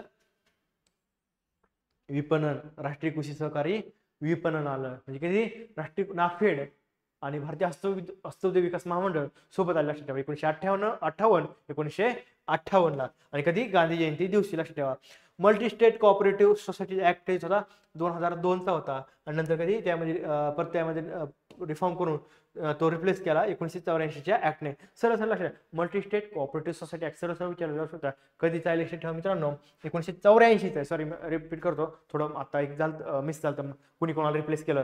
2002ला म्हणजे लक्षात ठेवा की आपल्याला multi state cooperative society act 2002चा आहे. बरोबर. आणि पहिला होता 1984चा. 1984ला च्या ऍक्टला 2002च्या ऍक्ट मध्ये रिफॉर्म, म्हणजे त्या ऍक्ट त्या 1984च्या ऍक्ट होते त्यामध्ये रिफॉर्म केले. आणि 2002ला तो काय केला, 1984 ऍक्ट रिप्लेस बाय 2002 ऍक्ट. असं लक्षात ठेवा. 2002 आणि 1984 लक्षात ठेवा. Multi state cooperative society act 1984 आणि 2002. 1984 रिप्लेस केलं 2002ने. असं लक्षात ठेवा. आणि the Maharashtra cooperative society act आहे 1960ला. महाराष्ट्राची स्थापना जेव्हा झाली, महाराष्ट्राची निर्मिती झाली, त्यावेळेस काय झालं, the Maharashtra cooperative society act 1960 आपल्याला दिसेल. तर लक्षात ठेवा. नंतर आपल्याला नाबार्ड पण पाहिजे आपल्याला, national bank for agriculture and rural development. सरळ कधी कधी डायरेक्ट लॉंग फॉर्म विचारला जाऊ शकतो. NABARD, national bank for agriculture and rural development आपल्याला बघता येईल. National bank for agriculture and rural development.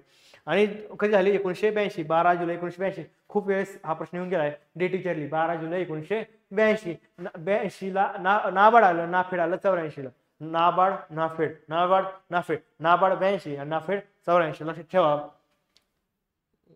Sorry हे 84चा ऍक्ट होता. जरा कन्फ्युज झालं, कधी कधी फ्लो मध्ये चुका होते.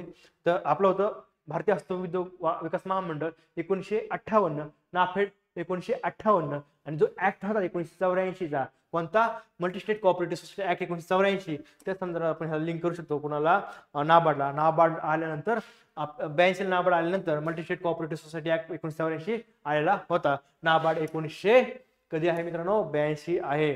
आणि ऍग्रिकल्चर रिफायनमेंट डेव्हलपमेंट कॉर्पोरेशन 1963 हा क्वेश्चन विचारलाय. लक्षात ठेवा. ARDC, ऍग्रिकल्चर रिफायनमेंट डेव्हलपमेंट कॉर्पोरेशन 1963 आहे. आणि त्याची कार्य कुणाला दिली, नाबार्डला दिली. असं लक्षात ठेवा. ARDC कार्य कुणाला दिली, नाबार्डला. नाबार्डचं कार्य काय आहे, कृषी आणि ग्रामीण प्रकल्पासाठी वित्तीय संस्थांना पुनर्वित्त पुरवठा करणे. काय पुनर्वित्त, काय म्हणतात, पुनर्वित्त पुरवठा करणे, रिफायनान्स करणे. हे बघा, ऍग्रिकल्चर रिफायनान्स आहे ना, मग रिफायनान्सची कार्य कोणाला दिली, नाबार्डला दिली. म्हणजे बट ऑब्वियस कृषी आणि ग्रामीण प्रकल्पासाठी वित्तीय संस्थांना काय करायचं, रिफायनान्स म्हणजे पुनर्वित्त पुरवठा करणं कोणाचं काम आहे, नाबार्डचं काम आहे. असं आपण लक्षात ठेवू शकतो. भारतीय अर्थसंकल्पाबाबत खालीलपैकी कोणते विधान बरोबर आहे. भारतीय अर्थसंकल्पाचा दस्तावेज एकूण जमा खर्च दर्शवते. भारतीय अर्थसंकल्पाचा दस्तावेज राजकीय तूट दर्शवते. भारतीय अर्थसंकल्पाचा दस्तावेज प्राथमिक तूट दर्शवते. आणि भारतीय अर्थसंकल्प दस्तावेज परिणामकारक महसुली तूट दर्शवते. हे सगळे क्वेश्चन ऍज इट इज लक्षात ठेवा. सर्व क्वेश्चन बरोबर आहेत. हे बजेट रिलेटेड क्वेश्चन आहे. महसुली तूट काय, राजकोषीय तूट काय, प्राथमिक तूट काय, बजेट, झिरो बजेट काय, जेंडर बजेट काय, हे सगळे जे गोष्टी आहेत ना मित्रांनो, आयोगाचं दत्तक क्वेश्चन आहेत. म्हणजे हे घेतल्याशिवाय किंवा मागे जे पाहिलं index human poverty index, GII, gender inequality index, दारिद्र्य रिलेटेड जे इंडेक्स आहेत ते असल्याशिवाय एक्झाम होतच नाही. असं लक्षात ठेवा. म्हणजे दत्तक क्वेश्चन आहेत. बजेट रिलेटेड क्वेश्चन घेतल्याशिवाय त्या संदर्भात कन्सेप्ट किंवा काही फॅक्ट्स डिस्कस केल्याशिवाय आमची एक्झामच होत नाही. असं लक्षात ठेवा. दत्तक क्वेश्चन आहे, त्यामुळे हे क्वेश्चन पाठ करून टाकायचे. जिथं भेटेल नोट्स असतील ते असतील तिथं क्लिअर करून टाकायचं आहे. कारण की बघा 1 2 3 4 5 6 7 8 9 आणि 10 11 12 13 14 14 वेळेस 14 पेपर मध्ये 14 वेळेस हा क्वेश्चन आलेला आहे. बरोबर आहे. म्हणजे इतक्या वेळेस जर क्वेश्चन येत असेल तर लक्षात ठेवा हा आयोगाचा काय आहे, एरिया ऑफ इंटरेस्ट आहे, पण दत्तक क्वेश्चन आहे असं लक्षात ठेवू शकता. हा क्वेश्चन आपण पुढे डिस्कस करूयात.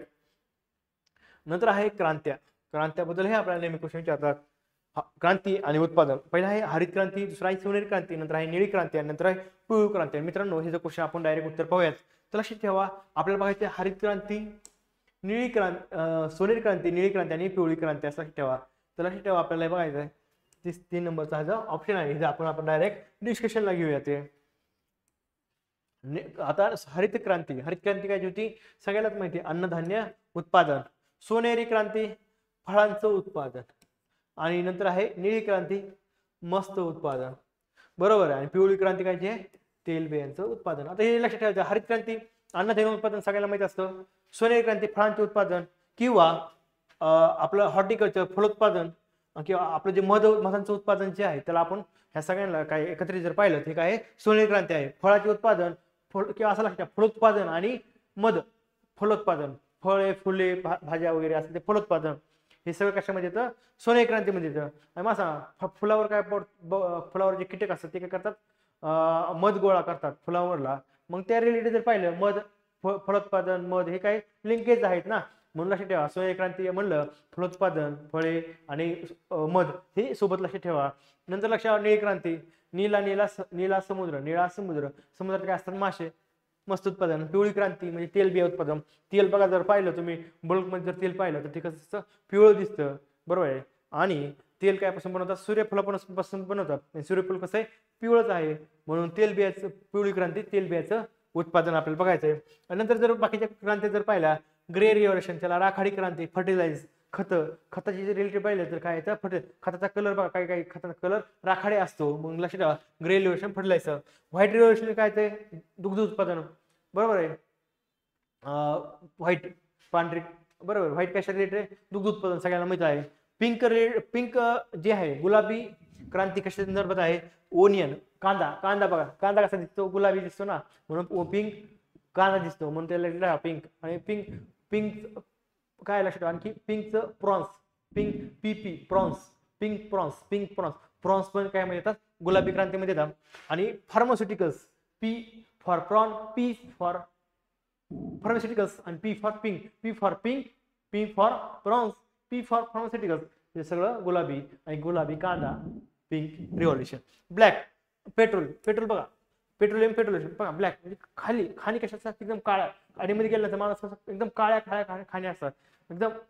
तुम्ही जर पाहिला आणि पेट्रोल उत्पादन करून निघतं त्या खाणीतून निघतं म्हणून ब्लॅक रिव्होल्यूशन म्हणजे पेट्रोलियम लक्षात ठेवा. अशा प्रकारे हे तुम्ही लक्षात ठेवू शकता. आता आपल्याला प्रश्न विचारला जाऊ शकतो की ग्रीन रिव्होल्यूशनचे फादर कोण आहेत, गोल्डन रिव्होल्यूशनचे कोण आहेत, ब्ल्यूचे कोण आहेत, येलोचे. ग्रीन रिव्होल्यूशनचे फादर कोण आहेत एम.एस. स्वामीनाथन. कोण भारतातील एम.एस. स्वामीनाथन. जगातील कोण आहेत नॉर्मन ई बॉरलॉग, बरोबर आहे नॉर्मन बॉरलॉग लक्षात ठेवा. ग्रीन रिव्होल्यूशन भारतामध्ये कधी आले 6568 ला. देशामध्ये होते एम.एस. स्वामीनाथन हरित क्रांतीचे प्रणेते. आणि जगभरात कोण होते नॉर्मस ई बॉरलॉग. आणि नॉर्मस ई बॉरलॉग यांना नोबेल पीस प्राइज भेटलेला आहे. लक्षात ठेवा पीस प्राइज भेटलेला आहे, एवढं लक्षात ठेवा विचारलं जाऊ शकतो. नोबेल पीस प्राइज शांततेचा पुरस्कार भेटला आहे. मला सांगा हरित क्रांती काय झाली अन्नधान्यापासून आपण अन्न बनवतो खाण्यासाठी. आणि मला सांगा भूक लागली तर आपलं डोकं जाम होतं चिडचिड होते. अन्न पोटात गेल्यानंतर काय वाटते शांत वाटतं. म्हणजे काय शांत वाटतं. मग मला सांगा यांना पुरस्कार कोण द्यायला पाहिजे बॉरलॉग यांना शांतीचा पुरस्कार द्यायला पाहिजे असं लक्षात ठेवा. Norman E Borlaug peace prize. आणि गोल्डन रिव्होल्यूशनचे फादर कोण आहेत निरपक तुतेज. लक्षात ठेवा तुतेज लक्षात ठेवा तुतेज. गोल्डन काय असतं तेज असतं तेज. गोल्डनला काय असतं तेज. गोल्डन तेज लक्षात ठेवा. Blue doctor Arun Krishna. Blue म्हणजे मस्त क्रांती. तर लक्षात ठेवा आपलं जे आहे निळा समुद्रात लक्षात ठेवा आपला कृष्ण भगवान जे आहेत ते काय करायचे सवंगड्याला घेऊन कुठं जायचे समुद्रात पोहायला जायचे असं लक्षात ठेवा. समुद्रात पोहायला जायचे कुठं निळ्या समुद्रात पोहायला जायचे कृष्ण. लक्षात ठेवा ब्ल्यू रिव्होल्यूशन अरुण कृष्णा असं लक्षात ठेवू शकता. आणि येलो रिव्होल्यूशन श्याम पित्रोदा, बरोबर आहे श्याम पित्रोदा. लक्षात ठेवा श्याम पित्रोदा येलो श्याम पित्रोदा. लक्षात ठेवा श्याम पित्रोदा. येलो रिव्होल्यूशन कोण होते सर्व लक्षात ठेवा श्याम पित्रोदा असं लक्षात ठेवा. आणि आपल्याला जर पाहिजे दुसरा आहे पिंक रिव्होल्यूशनचे कोण आहे लक्षात ठेवा दुर्गेश पटेल. कोण पिंकचं prawns P for pharmaceuticals P for Patel आणि ओनियन कांदा आहे. मग पी फॉर पिंक कोण आले पटेल हे काय फादर आहेत लक्षात ठेवा. आणि व्हाईट रिव्होल्यूशनचे कोण आहेत वर्गीयस कुरियन. कोण वर्गीयस कुरियन. व्हाईट रिव्होल्यूशन आपल्याकडे ऑपरेशन फ्लड जी होते तर लक्षात ठेवा 1970 ला बघू शकतो. ऑपरेशन फ्लड कधी 1970 ला, बरोबर आहे 1970 ला स्टार्ट झाली. आणि वर्गीस कुरियन जे होते नॅशनल डेअरी डेव्हलपमेंट बोर्डचे काय होते अध्यक्ष राहिलेले होते. National Dairy Development Board Verghese Kurien काय होते अध्यक्ष होते. आणि 1970ला काय आलं ऑपरेशन फ्लड. आणि आपली जी आहे रिव्होल्युशन कधी स्टार्ट झाली 1971, म्हणजे ऑपरेशन फ्लड स्टार्ट झाली 1970 कधी 1970ला, आणि 1971ला काय आपली जी आहे व्हाईट रेव्होल्युशन स्टार्ट झाली असं लक्षात ठेवू शकता. क्वेश्चन ही पुढे तुम्ही जर पाहिलं मागच्यावर इयर PY जर पाहिलं तर आपल्याला हा क्वेश्चन विचारला आहे की व्हाईट रेव्होल्युशन कधी स्टार्ट झाली, तर लक्षात ठेवा 1971. नंतर आहे भारतीय संविधानातील अनुच्छेद 43 मध्ये केंद्रीय अर्थसंकल्पाची परिभाषा केली आहे. तर लक्षात ठेवा हा सरळ क्वेश्चन आहे. एक आर्टिकल 112 मध्ये काय केले केंद्रीय अर्थसंकल्पाची काय केली परिभाषा केलेली आहे. हा पॉलिटी रिलेटेड क्वेश्चन आहे. आपण काय करू इकॉनॉमिक्स मध्ये विचारला आहे तर आपण पुढे डिस्कस करणारच आहोत, त्यामुळे इथं काही जास्त बोलत नाही याबद्दल. नंतर लक्षात ठेवा खालीलपैकी कोणते विधाने सत्य आहेत. स्थूल देशांतर्गत उत्पादनामध्ये नागरिकांनी देशाबाहेर कमावलेले उत्पन्न समाविष्ट नसते. आणि दुसरा आहे स्थूल देशांतर्गत उत्पादनामध्ये नागरिकांनी देशाबाहेर कमावलेले उत्पन्न समाविष्ट असते. तर लक्षात ठेवा GDP आणि आपण पाहिलं तर GNP ह्याच्यामध्ये जर कीवर्ड पाहिलं GDP म्हणजे डोमेस्टिक म्हणजे देशांतर्गत आहे. देशांतर्गत म्हणजे काय विदिन बाउंड्री म्हणजे फक्त बाउंड्री मधील लोकांचं उत्पन्न असतं. आणि GNP म्हणजे काय आहे की देशातील नागरिकांनी देशात किंवा देशाबाहेर कमवलेलं उत्पन्न असतं. बरोबर आहे. मग GDP काय देशांतर्गत आहे. मग स्थूल देशांतर्गत उत्पादनामध्ये नागरिकांनी देशाबाहेर कमवलेलं उत्पन्न समाविष्ट नसते. बरोबर आहे ऑप्शन. बघ काय स्थूल देशांतर्गत उत्पादनामध्ये नागरिकांनी देशाबाहेर कमावलेलं उत्पन्न समाविष्ट असते. चुकीचं आहे. आपल्याला पाहिजे डोमेस्टिक म्हणजे विदिन बाउंड्री म्हणजे फक्त देशांतर्गतच आहे. मग GDP GNP मध्ये बेसिक फरक लक्षात ठेवा. ग्रॉस डोमेस्टिक प्रोडक्ट डोमेस्टिक म्हणजे देशांतर्गत वस्तू आणि सेवांची निर्मिती आहे. आणि GNP म्हणजे काय ग्रॉस नॅशनल प्रोडक्ट. लक्षात ठेवा GNP म्हणजे काय असे त्याचं काय लक्षात ठेवा GNP जे आहे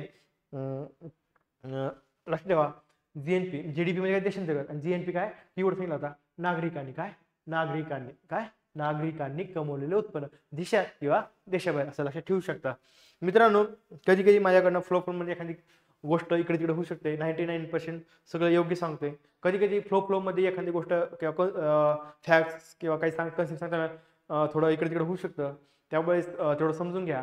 आणि दुसरं मत आता थोडं काही जाणवलं तुम्हाला असं माझ्याकडनं झालंय त्यावेळेस मला एक मेसेज टाकून द्या की सर तुमचं इथे थोडं बोलण्यात थोडे फॅक्ट सांगण्यात थोडे चुकलं किंवा एक कन्सेप्ट सांगण्यात चुकलं होऊ शकतं कधी कधी फ्लो मध्ये, तर ते मला फक्त मेन्शन करा. आणि त्याबद्दल तुमची माफी मागतो. कधी कधी होईल फ्लो मध्ये झालं होऊ शकतं की आपण खूप फास्ट हे गोष्टी घेत आहोत. नंतर आहे करंट अफेअरचे क्वेश्चन. आपल्याला पाहिलं आता 36 ते आपल्याला बघायचे 50 पर्यंत. तर मित्रांनो लक्षात ठेवा आपल्या बॅचमध्ये आपण इतिहास भूगोल पॉलिटी इकॉनॉमिक्स आणि थोडं मॅथ्रिनिंग आणि करंट अफेअर. तर लक्षात ठेवा बाकीचे जे आहे इतिहास भूगोल पॉलिटी इकॉनॉमिक्स हे जर आपण डिटेल एक्सप्लेनेशन घेणार आहोत. आता करंट अफेअरचं एक्सप्लेनेशन घेताना तर लक्षात ठेवा आपण हे क्वेश्चन करंट अफेअरचे आलेले डिस्कस करणार आहोत. ते कसे आले ते डिस्कस करणार आहोत. आणि येणाऱ्या एक्झामला करंट अफेअरचे क्वेश्चन कसे येऊ शकतात कोणते येऊ शकतात त्याबद्दल मला काहीतरी मी गेस केलेले क्वेश्चन जवळपास 40 45 50 फॅक्ट. आणि दर पेपरला दोन स्कीम मी डिस्कस करणार आहे. म्हणजे प्रत्येक पेपरला 2 स्कीम आणि म्हणजे 14 पेपरला 28 स्कीम ज्या येणाऱ्या एक्झामला येऊ शकतात त्या मी तुमच्यासोबत डिस्कस करणार आहे. आणि 40 ते 45 फॅक्ट्स आज ज्या आहे वन लाईनर त्याही तुमच्यासोबत डिस्कस करणार आहे. आणि मला असं वाटतं की हे करत असताना मग त्या फॅक्ट्स किंवा जे प्रिडिक्शन माझा आहे गेस जो आहे मला जे वाटतं की हे क्वेश्चन येऊ शकता म्हणजे आपल्याला करंट अफेअर डिस्कस करताना आपण त्या फॅक्ट्स डिस्कस करणार आहोत. मग करंट अफेअरचंही तुम्हाला हे थोडं फार टच भेटणार आहे आपल्या बॅचच्या माध्यमातून. तर लक्षात ठेवा 36 क्वेश्चन आहे खालीपैकी कोणते. आणि इथून पुढे जरा फास्ट घेऊ मित्रांनो. मी थोडा स्पीड पकडणार आहे का म्हणजे का खूप 14 पेपर आहेत. प्रत्येक पेपर आपल्याला एक्सप्लेन करायला खूप स्लो घेतला तर खूप वेळ लागेल. आपण कमी वेळेत जास्तीत जास्त आउटपुट काढायचं आहे. त्यामुळे माझा स्पीड खूप जास्त असेल त्यामुळे तुम्ही त्यावेळेस म्हणलं की खूप कॉन्सन्ट्रेट ठेवून आपलं लेक्चर बघत जा.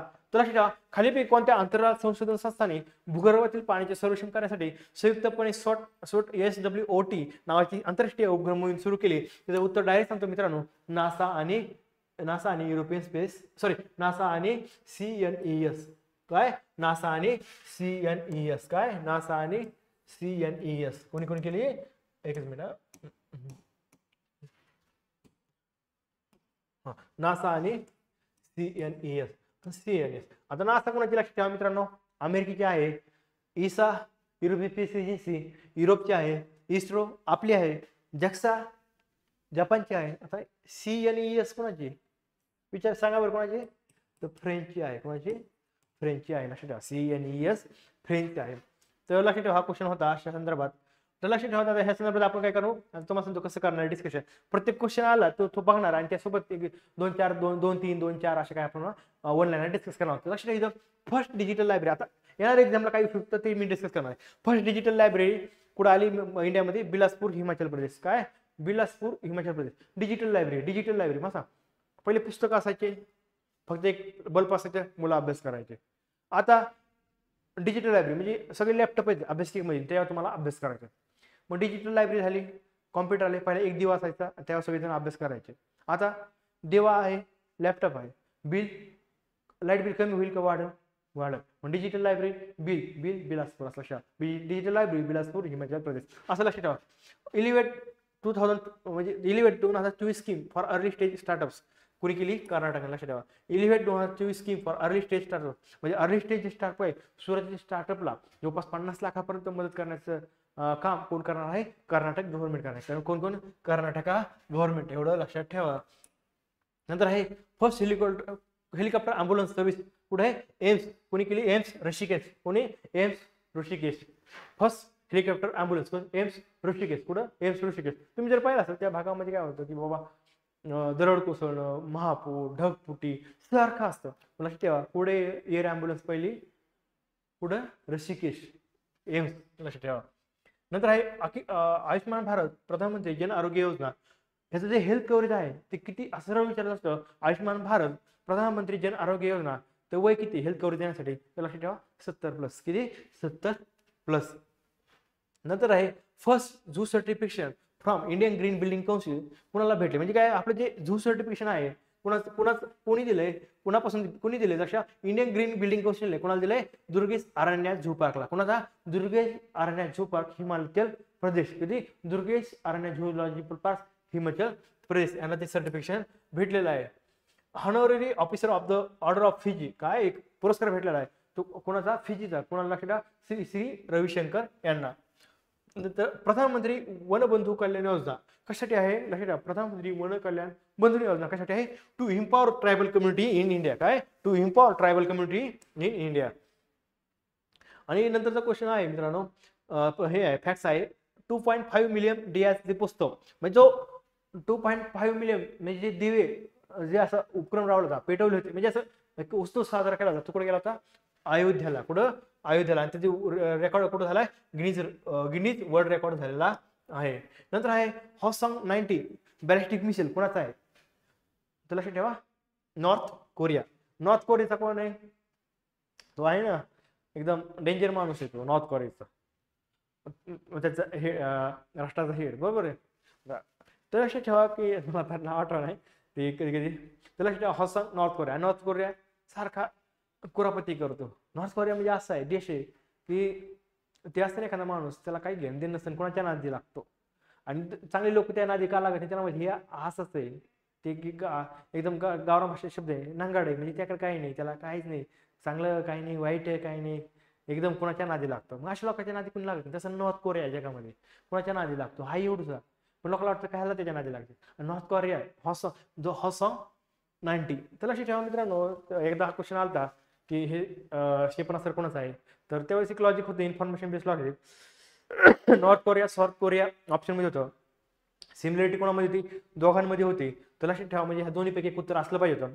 पण मी असं लॉजिक लावलं की बाबा नॉर्थ कोरिया आणि साऊथ कोरिया म्हणजे कुरापती खोर कोण आहे, नॉर्थ कोरिया. मग असले मिसाईल कोणाला लागतील कुरापती करण्यासाठी, नॉर्थ कोरियाला. मग तसं तुम्ही इन्फॉर्मेशन बेस्ड लॉजिक तुम्ही उत्तर काढलं असतं. नाही तर दीपम 2.0 ही जी स्कीम आहे, दीपम 2.0 कोणाला आहे, आंध्र प्रदेशने केली, फ्री गॅस सिलेंडर. आंध्र म्हणजे आंधारला काय करायचंय, दीप करायचंय. म्हणजे आंध्र प्रदेशचं काय करा, अंधार ट्रेस करण्यासाठी आंध्र प्रदेशचं अंधाराला काय करायचं, दीप प्रज्वलन करायचंय. आणि कसं, त्यालाच काय म्हणतात, फ्री गॅस सिलेंडर. आणि दीप म्हणजे दिवे कशावर करायचे, गॅसचे दिवे लावायचे, गॅसच्या ह्याच्यावर लावायचे. दीपम 2.0 आंध्र प्रदेश ची स्कीम, फ्री गॅस सिलेंडर. आता आपण जे पहिला क्वेश्चन पाहिला 36 नंबरचा, नंतर 37 नंबरचा अन्न कचरा निर्देशांक अहवाल 2024 डॅश यांनी प्रस्तुत केला. तर मित्रांनो हा इन्फॉर्मेशन क्वेश्चन बेस आहे. लक्षात ठेवा, तुम्हाला काही जरी माहित नसलं, आपल्याला हे कोणी केलाय कधी केलाय माहित नाही, वाचता नाही आला, पण लक्षात ठेवा अन्न कचरा निर्देशांक काय म्हणले, कचऱ्यावरून हा क्वेश्चन सुटतो. तर संयुक्त राष्ट्र पर्यावरण कार्यक्रम, अन्न आणि कृषी संघटना, संयुक्त राष्ट्र संघ कृषी कार्यक्रम, हवामान बदलाच्या समस्येवर आंतरसरकारी परिषद. तर विचारलं की कोणी प्रस्तुत केला, तर लक्षात ठेवा कचरा काय आहे, कचराचा संबंध कोणाचा आहे, पर्यावरणाशी आहे. कचरा काय खराब करणार आहे, पर्यावरण खराब करणार आहे. मग ते जे प्रस्तुत करणार असणार कोण, संयुक्त राष्ट्र पर्यावरण कार्यक्रम. म्हणजे कचऱ्यानुसार पर्यावरण जर लिंक केलं तर तुमचं उत्तर आलं असतं. युनायटेड नेशन एन्व्हायरमेंट प्रोग्रामने हा अहवाल प्रस्तुत केलेला आहे. असं प्रकारे लक्षात ठेवलं असतं मी. नंतर आहे बिबेक, आपल्याला प्रश्न विचारतात प्रभात रे कोणत्या क्षेत्राशी रिलेटेड होता, आज क्वेश्चन विचारला होता. किंवा उस्ताद राशीद खान कोणत्या क्षेत्राशी रिलेटेड होते, हा क्वेश्चन विचारला होता. असा तो ट्रेंड वाढलेला आहे, ते निधन झालेले व्यक्ती असतील किंवा त्या संदर्भात हा क्वेश्चन असतो. आता आपल्याला विचारला असतो विवेक देवराय यांचं निधन झाले, तर ते कोणत्या क्षेत्राशी रिलेटेड होते. लक्षात ठेवा इकॉनॉमिक्स रिलेटेड पर्सन होते. काय इकॉनॉमिक्स रिलेटेड पर्सन होते. आणि काय ते इंडियन रेल्वे कमिटी आहे त्याचे त्याच संबंधित होते. लक्षात ठेवा विवेक देवराय रिलेटेड कायसाठी इकॉनॉमिक्स रिलेटेड पर्सन होते का विवेक देवराय, आणि इंडियन रेल्वे कमिटी संबंधित आहे. ISRO first analogue space mission कोणी केलंय, इस्रोने केलं. आपण स्वतः लक्षात ठेवा आपण खूप कामगिरी करतो, आपल्यालाच माहित नाही. आपला देश आपण कसं आहे आपल्याला ना कसं कधी ना आपलं स्वतःचं भारी वाटत नाही, दुसऱ्याचं भारी वाटतं. 104 सॅटेलाइट वन टाइम भारतानं पाठवले होते. जेव्हा क्वेश्चन आला होता ना, काही मुलांना वाचलंच नव्हतं, त्यांना असं वाटलं आपला देश एवढं पाठवू शकतो का, आहे आपल्यामध्ये ती शक्ती आहे आणि आपल्याला त्या काल दाखवून दिलेली. लक्षात ठेवा ISRO first analogue space mission कधी कुठे, लक्षात ठेवा लेहला. कुठं लेहला लक्षात ठेवा. वन डिस्ट्रिक्ट वन प्रोडक्ट वाल इनिशिएटिव्ह कुठं हे केलाय, तर लॉन्च केलाय रियाद सौदी अरेबिया. कुठं Riyadh Saudi Arabia. One district one product. आणि वन डिस्ट्रिक्ट वन प्रोडक्टचं पहिलं इनिशिएटिव्ह कोणी घेतला, युपीने घेतला होता. कुठं युपीने. फर्स्ट वुडन सॅटेलाइट लिग्नोसॅट जपानने. फर्स्ट वुडन सॅटेलाइट लिग्नोसॅट कोणी डेव्हलप केला आहे, जपानने. कोणी जपान. लक्षात ठेवा पॅरिस मास्टर टायटल 2024 कोणाला भेटलाय, अलेक्झांडर झेव्हरेव. पॅरिस मास्टर टायटल 2024 कोणाला भेटलाय, अलेक्झांडर झेव्हरेव यांना भेटलेला आहे. त्यानंतर लक्षात द्या the Indian navy at the 75 reminiscing the white या पुस्तकाचे लेखक कोण आहेत, तर लक्षात कमांडर रणजित राय. काय कमांडर रणजित राय हे पुस्तकाचे लेखक होते. 39 नंबरचा क्वेश्चन आहे उस्ताद राशीद खान याचे कोणत्या घराण्याचे होते. बघा अलग क्वेश्चन असा, तर लक्षात ठेवा ते कोणत्या घराचे होते, रामपूर सहसवान. काय रामपूर सहसवान. तर लक्षात ठेवा उस्ताद राशीद खान याचे घराणे कोणते आम्हाला माहित नाही. लॉजिक कसं असतं तुम्हाला काल नाही डिस्कस केलं इंट्रोडक्शन लेक्चरला, किंवा आपण कालच्या लेक्चरमध्ये पाहिलं की हे काय पेपर सेट बेस्ड लॉजिकवर सोडायचे. मेवाती, किराणा, लखनौ आणि रामपूर सहसवान ह्यामध्ये सगळ्यात जास्त एक्सप्लेन केलेलं कोणतं वाक्य वाटतं, 3 नंबरचं क्वेश्चन ऑप्शन वाटतं ना, रामपूर सहसवान. म्हणजे मोठं कोणतं हे, म्हणून हे उत्तर काय असणार, हेच असणार असं लक्षात ठेवा. एक पेपर सेट बेस्ड लॉजिक आपण पाहिलं शकतो. प्रेसिडेंट ऑफ इंडियन सोलर आपलं इंटरनॅशनल सोलर अलायन्स. आता आपलं जे आहे 2026 पर्यंत आपण काय आहे इंटरनॅशनल सोलर अलायन्स, त्याचं काय आहे आपण अध्यक्षपद आपल्याकडे असणार आहे इंडिया. आणि men single title WTT feeder कारकास कोणाला भेटलेला, फीडर कारकास 2024. काय men single title WTT feeder कारकास 2024 Harmeet Desai. काय हरमित देसाई. आणि अभ्यास हे महत्वाचं बरं का, हे आपल्याला मास्टर रिलेटेड आहे म्हणून लक्षात ठेवा. कोणतं, अभ्यास प्रभावन म्युझियम. काय अभ्यास Prabhavan museum dedicated to Jain philosophy. कुठे केलंय, पुण्यामध्ये आहे. कुठं, पुण्यामध्ये. कोणाला डेडिकेट केलंय, जैन फिलॉसॉफीला. आणि अभ्यास प्रभावन म्युझियम. काय अभ्यास प्रभावन म्युझियम कुठे, पुण्यामध्ये. महाराष्ट्रामध्ये, भारतामध्ये कुठे, महाराष्ट्रामध्ये कुठे, पुण्यामध्ये. अभ्यास प्रभावन म्युझियम. आणि मला सांगा अभ्यास आपण सगळेजण कुठे करतो, पुण्यामध्ये करतो. म्हणून अभ्यास प्रभावन म्युझियम कुठं असलं पाहिजे, पुण्यामध्ये असलं पाहिजे. आणि कोणाला डेडिकेट केले, जैन फिलॉसॉफीला. असं लक्षात ठेवा. 15 डे जल उत्सव नीती आयोग. म्हणजे आपला जो 15 दिवसाचा जो जल उत्सव केला तो कोणी केला, लक्षात ठेवा. जल उत्सव तर नीती आयोग आहे. कोणी, नीती आयोग असं लक्षात. जल उत्सव NITI Aayog. Odd even scheme for traffic. Odd even scheme पुण्यामध्ये जशी ऑड इव्हन आहे ना, तशी सिक्कीमला पण आहे. कुठे ऑड इव्हन तशी पुण्यामध्ये आहे, तसं सिक्कीमला. बरोबर. पहिलं सेंद्रिय राज्य कोणतं, सिक्कीम. पुणे आणि सिक्कीम कसं एक लक्षात ठेवा, थोडं त्यांचं एक नातेवाईक लक्षात ठेवा. पुण्यामध्ये बघा एकदम ग्रीन चांगलं वातावरण आहे, मग तिकडे पण चांगलं वातावरण आहे म्हणून तिकडे सेंद्रिय शेती केली जाते. मग मला सांगा मग तिने काय केलं, पुण्यामध्ये काय झालं की ट्रॅफिक ऑड इव्हन असते. मग सिक्कीम म्हणलं आपले नातेवाईक आहेत पुण्यातले, तर आपण पण करू. म्हणजे पुणे सिक्कीम एक रिलेट करायचं मला. हा तर लक्षात ठेवा, असं लक्षात ठेवू शकता. म्हणजे odd even scheme for traffic कोणी केली, सिक्कीमला केली आहे. 35% 35% रिझर्वेशन. एकच मिनिट. 35% रिझर्वेशन फॉर वुमन कोणी दिले, लक्षात ठेवा. म्हणजे आपल्या भरती प्रक्रियेमध्ये 35% रिझर्वेशन कोणी केले, मध्य प्रदेश सरकारने. कोणी, मध्य प्रदेश सरकारनं. लक्षात ठेवा. लाडकी बहीण योजना पुण्याची होती पहिल्यांदी, मध्य प्रदेश सरकारने. त्याची म्हणजे हे कोणी केले, तिचं जे हे आहे की काय म्हणतात आता, लाडकी बहीण योजना जी मध्य प्रदेशने केली होती ती परत महाराष्ट्राने केली, म्हणजे ते आदर्श घेऊन इथं केली, बरोबर. मग लक्षात ठेवा, म्हणजे त्याचा फायदा तुम्ही लक्षात ठेवा की लाडकी बहीण योजना मध्य प्रदेश नंतर महाराष्ट्र, आणि मग लक्षात ठेवा 35% लाडकी बहीण योजना म्हणजे महिलांना जास्तीत जास्त कसं काही फॅसिलिटी देता येईल किंवा चांगल्या सक्षमीकरणासाठी काही करता येईल, त्याआधी लाडकी बहीण योजनेच्या माध्यमातून केलं मध्य प्रदेशनं. मग त्यांना आणखी वाटलं की आपण काय करू, रिझर्वेशन देऊ कितीला 35% कोणी मध्य प्रदेश असं लक्षात ठेवू शकता लाडकी बहीण योजनेच्या अनुषंगाने. नंतर आहे फर्स्ट इंटिग्रेटेड चेकपोस्ट इंडिया आणि भूटान बॉर्डरवर. काय इंडिया आणि भूटान बॉर्डरवर काय आहे, फर्स्ट इंटिग्रेटेड पोस्ट काय नाव आहे, दरंगा आणि आसाम. काय दरंगा आणि आसाम मध्ये आहे, लक्षात ठेवा. हा क्वेश्चन होता, खालीपैकी कोणत्या राज्याने दारिद्र्य निर्मूलनासाठी अरुणोदय 2 ही योजना सुरू केलेली आहे.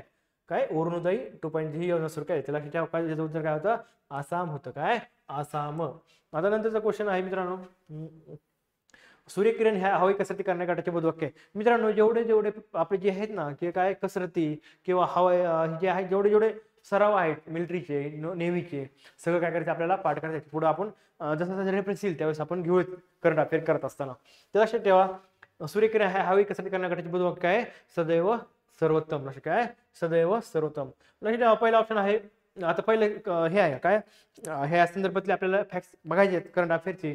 ही करंट अफेअरचा क्वेश्चन बघत असताना कोसार आणि हुडोर हा कोणाचा सॅटेलाइट, सरळ सरळ विचारतो. कोसार आणि हुडोर इराणी सॅटेलाइट. काय कोसार आणि हुडोर कोणाचा आहे, इराणियन सॅटेलाइट आहे, लॉन्च्ड बाय रशिया. म्हणजे कोसार आणि हुडोर कोणाचा आहे, इराणचा आहे, लॉन्च कोणी केलाय, रशियानं. असं लक्षात ठेवा. Genetic bye bank for indigenous Himalayan pieces हे महत्वाचा क्वेश्चन आहे आपल्यासाठी. व्हीआयपी कोणता, genetic bye bank for indigenous Himalayan pieces. लक्षात ठेवा पुढे डेव्हलप केली आहे, तर लक्षात ठेवा पद्मजा नायडू झुलॉजिकल पार्क दार्जिलिंगला. काय genetic bio bank for indigenous Himalayan pieces कुठे केली, पद्मजा नायडू झुलॉजिकल पार्क पुढे केली, दार्जिलिंगला केलेली दिसेल. नंतर tri services military exercise eastern sector म्हणजे काय, tri services military exercise eastern sector म्हणजे काय, पूर्वी प्रहार आहे. काय Purvi Prahar. Military wave transceiver for 5G rural community. काय millimetre wave transceiver for 5G rural connectivity कोण डेव्हलप केली, सी डॉट आणि काय IIT रुरकीने केलेली दिसेल. Autonomous surface vessel from Mumbai to Thoothukudi. काय autonomous surface vessel from Mumbai to Thoothukudi. काय ती सागरमाला परिक्रमा. काय सागरमाला परिक्रमा. QS आशिया युनिव्हर्सिटी रँकिंग 2025 मध्ये कोण आले टॉपला, IIT दिल्ली. काय QS आशिया युनिव्हर्सिटी रँकिंग 2025 IIT दिल्ली आले. काय आणि ऑल वर्ल्ड मध्ये त्याचा रँक किती, 44 आहे आणि भारतामध्ये पहिला आहे. Eurasian otter Lutra. काय Eurasian otter Lutra first time in Maharashtra Pune. हे पण महत्वाचं आहे, पुणे संदर्भात अभ्यास प्रभावून पाहिलं आणि आता कोणी लुट्रा काय आहेत, पान मांजर आहे. ती पहिल्यांदा कुठे आढळली, लक्षात महाराष्ट्रामध्ये पुण्यामध्ये आढळली, लक्षात ठेवता. आणि नंतर आहे नवोधान स्कीम केरळमध्ये नवोधान स्कीम. काय Navodhan scheme Kerala boost food production बरोबर फूड कॉर्पोरेशन. बरोबर केरळ जर पाहिलं तर लक्षात ठेवा केरळ संबंधित आपल्याला पाहता धान असतं ना, धान म्हणजे आपले जे म्हणतात आपण तांदूळाला कोकणामध्ये धान म्हणतात. धान म्हणजे केरळ. लक्षात ठेवा नवोधान स्कीम कोणाची, केरळची आहे. काय to boost food crop production अशा लक्षात ठेवू शकता. नंतर आपल्याला बघायचं की पुढीलपैकी कोणत्या साहित्यिक जॉन फॉस आहे जो नोबेल पुरस्कार भेटतात. आपल्या नोबेल पुरस्कार नेहमी क्वेश्चन विचारतात. लक्षात जॉन फॉस यांच्या साहित्यकृती विचारलेला होते आपल्याला. कोणकोणत्या, बोट हाऊस, मेलनकोली फर्स्ट, रोडट, स्वॉट, रेड, ब्लॅक. हे काय आहे जॉन फॉस यांच्या साहित्यकृती आपल्याला पाहता येतील. भारतातील शहरांचे 3D नकाशे तयार करण्यासाठी सर्व ऑफ इंडियाने कोणत्या कंपनी सोबत करार केलेला आहे, तर लक्षात जेनेसिस इंटरनॅशनल. काय जेनेसिस इंटरनॅशनल. मित्रांनो पेपर सेट बेस्ड लॉजिक आहे, माहीत जरी नसलं तर लक्षात ठेवा. Nexon, Infosys, genesis international, freedom GPS ह्यामध्ये इलॉंगेट किंवा एक्सप्लेन केलेलं जर वाटलं तर 3 आणि 4 ऑप्शन असं एक्सप्लेन केल्यासारखे वाटतात, म्हणजे जास्त इन्फॉर्मेशन दिली. म्हणजे फक्त नेक्सॉन दिलं, हे इन्फोसिस दिलं, पण काय जेनेसिस इंटरनॅशनल दिलंय, फ्रीडम GPS. तर 3 आणि 4 मध्ये आपल्याला कन्फ्युजन आहे आणि आपलं ठरलेलं आहे 3 आणि 4 मध्ये कन्फ्युजन असलं पेपर सेट बेस लॉजिक नुसार आमचं 3 हे उत्तर असतं. आलं 3 असं उत्तर निघतं. नंतर आहे पुढील नंतर आपल्याला काय पाहिजे, फॅक्ट्स बघायचं. Pinaka multi barrel rocket launch system कोणी डेव्हलप केली, Pinaka multi barrel rocket launch system कोणी केली, DRDO ने केलेले. DRDO कोणी, पिनाका. लक्षात ठेवा. आणि नंतर आहे स्पेस एक्सरसाइज अंतरिक्ष अभ्यास 2024 न्यू दिल्लीमध्ये. कुठे केली लक्षात ठेवा, न्यू स्पेस एक्सरसाइज अंतरिक्ष अभ्यास 2024 न्यू दिल्ली. आणि शिंगेरू इशिबा जपान. शिंगेरू इशिबा कुठले पीएम आहेत, जपानचे आहेत, लक्षात ठेवा. Indian constitution manuscript Sharjah international airport international book fair. International book fair जे होतं म्हणजे आंतरराष्ट्रीय पुस्तक प्रदर्शन असेल किंवा हे असेल ते तिथं आपल्या भारताची संविधानाची जी प्रथा आहे तिथं काय केली, शोकेसला म्हणजे असं एकदम प्रदर्शनाला ठेवण्यासाठी. असं की आंतरराष्ट्रीय बुक प्रदर्शन जे कुठं भरलं होतं जिथं भारताची राज्यघटना शोकेसला ठेवली होती, प्रदर्शनाला ठेवली होती, तर लक्षात ठेवा शारजहा. कुठं, शारजहा. नंतर आहे fast interceptor craft India to fast interceptor जे क्राफ्ट आहे इंडिया टू मोझाम्बिक, म्हणजे इंडियाने कोणाला दिले, मोझाम्बिकला दिलेला आहे. हरिंदर सिंग सोढी सोढी सोढी कोणत्या खेळाशी रिलेटेड आहे, पोलो. पुढं polo. Harinder Singh Sodhi polo. Sodhi polo. सोपो Sodhi polo polo Sodhi polo असं ठेवा.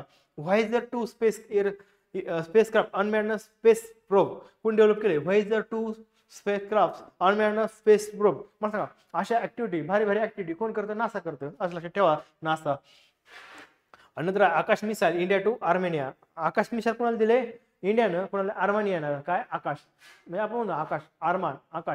आकाश हा एक मुलगा आहे, त्याचे काय आहे, आरमान आहेत. आरमान म्हणजे स्वप्ने आहेत, मेरे कुछ अरमान आहे. आपण म्हणतो मेरे कुछ अरमान आहे. काय, आकाश नावाचा मुलगा काय म्हणतो, मेरे कुछ अरमान आहे. आणि कुठला आहे, भारतातली आहे. म्हणजे आकाश इंडिया टू आर्मेनिया असं लक्षात ठेवू शकता. नंतर आपलं विचारलंय खालीपैकी कोणत्या जोड्यांमध्ये शहराची नावे आणि तेथील क्रीडांची नावे योग्य जोडलेली आहेत. ग्रीन पार्क स्टेडियम कुठे आहे, कानपूरचं. होळकर स्टेडियम इंदोरचं. एम ए चिदंबरम स्टेडियम चेन्नईचं. यांची नसोनी स्टेडियम बेंगलोरचं. ग्रीन पार्क स्टेडियम कुठं आहे, कानपूरचं. लक्षात, Green Park Kanpur. Holkar stadium Indore. M A Chidambaram stadium Chennai. आणि चिन्नास्वामी स्टेडियम बेंगलोर. हे इथंच पाठ करून टाका, नंतर समजा परत विचारलं तर चुकायला नको. नंतर आहे एकच मिनिट, हा नंतर world most sustainable aluminium company in the S&P global rank. म्हणजे आपलं काय विचारलंय, मोस्ट सस्टेनेबल म्हणजे शाश्वत अल्युमिनियम कंपनी कोणती, S&P ग्लोबल रँक नुसार. लक्षात ठेवा हिंदाल्को आहे. कोणती, हिंदाल्को. Hindustan aluminium company. कोणती, हिंदुस्तान अल्युमिनियम कंपनी जी काय सस्टेनेबल अल्युमिनियम कंपनी आहे S&P ग्लोबल रँकिंग नुसार. इंडिया, इंडोनेशिया आणि ऑस्ट्रेलिया यांचा जॉईंट मिलिटरी एक्सरसाइज आहे केरिस उमेरा. कोणती, इंडोनेशिया आणि ऑस्ट्रेलियाचा. कोणता, केरिस उमेरा. आणि international conference on communication and dissemination. काय, international conference on communication and dissemination of traditional knowledge. म्हणजे ट्रॅडिशनल नॉलेजचा प्रचार आणि प्रसार करण्यासाठी जी कॉन्फरन्स भरली ती कुठं भरली, ती आंतरराष्ट्रीय गुरुग्रामला. आता मला गुरुग्राम म्हणजे काय, गुरु मध्ये काय, गुरुकडे काय आहे, ट्रॅडिशनल नॉलेज आहे. म्हणून इंटरनॅशनल जी कॉन्फरन्स कुठे भरणार, गुरुग्रामला. असं लक्षात ठेवा ट्रिक्स स्वरूपात.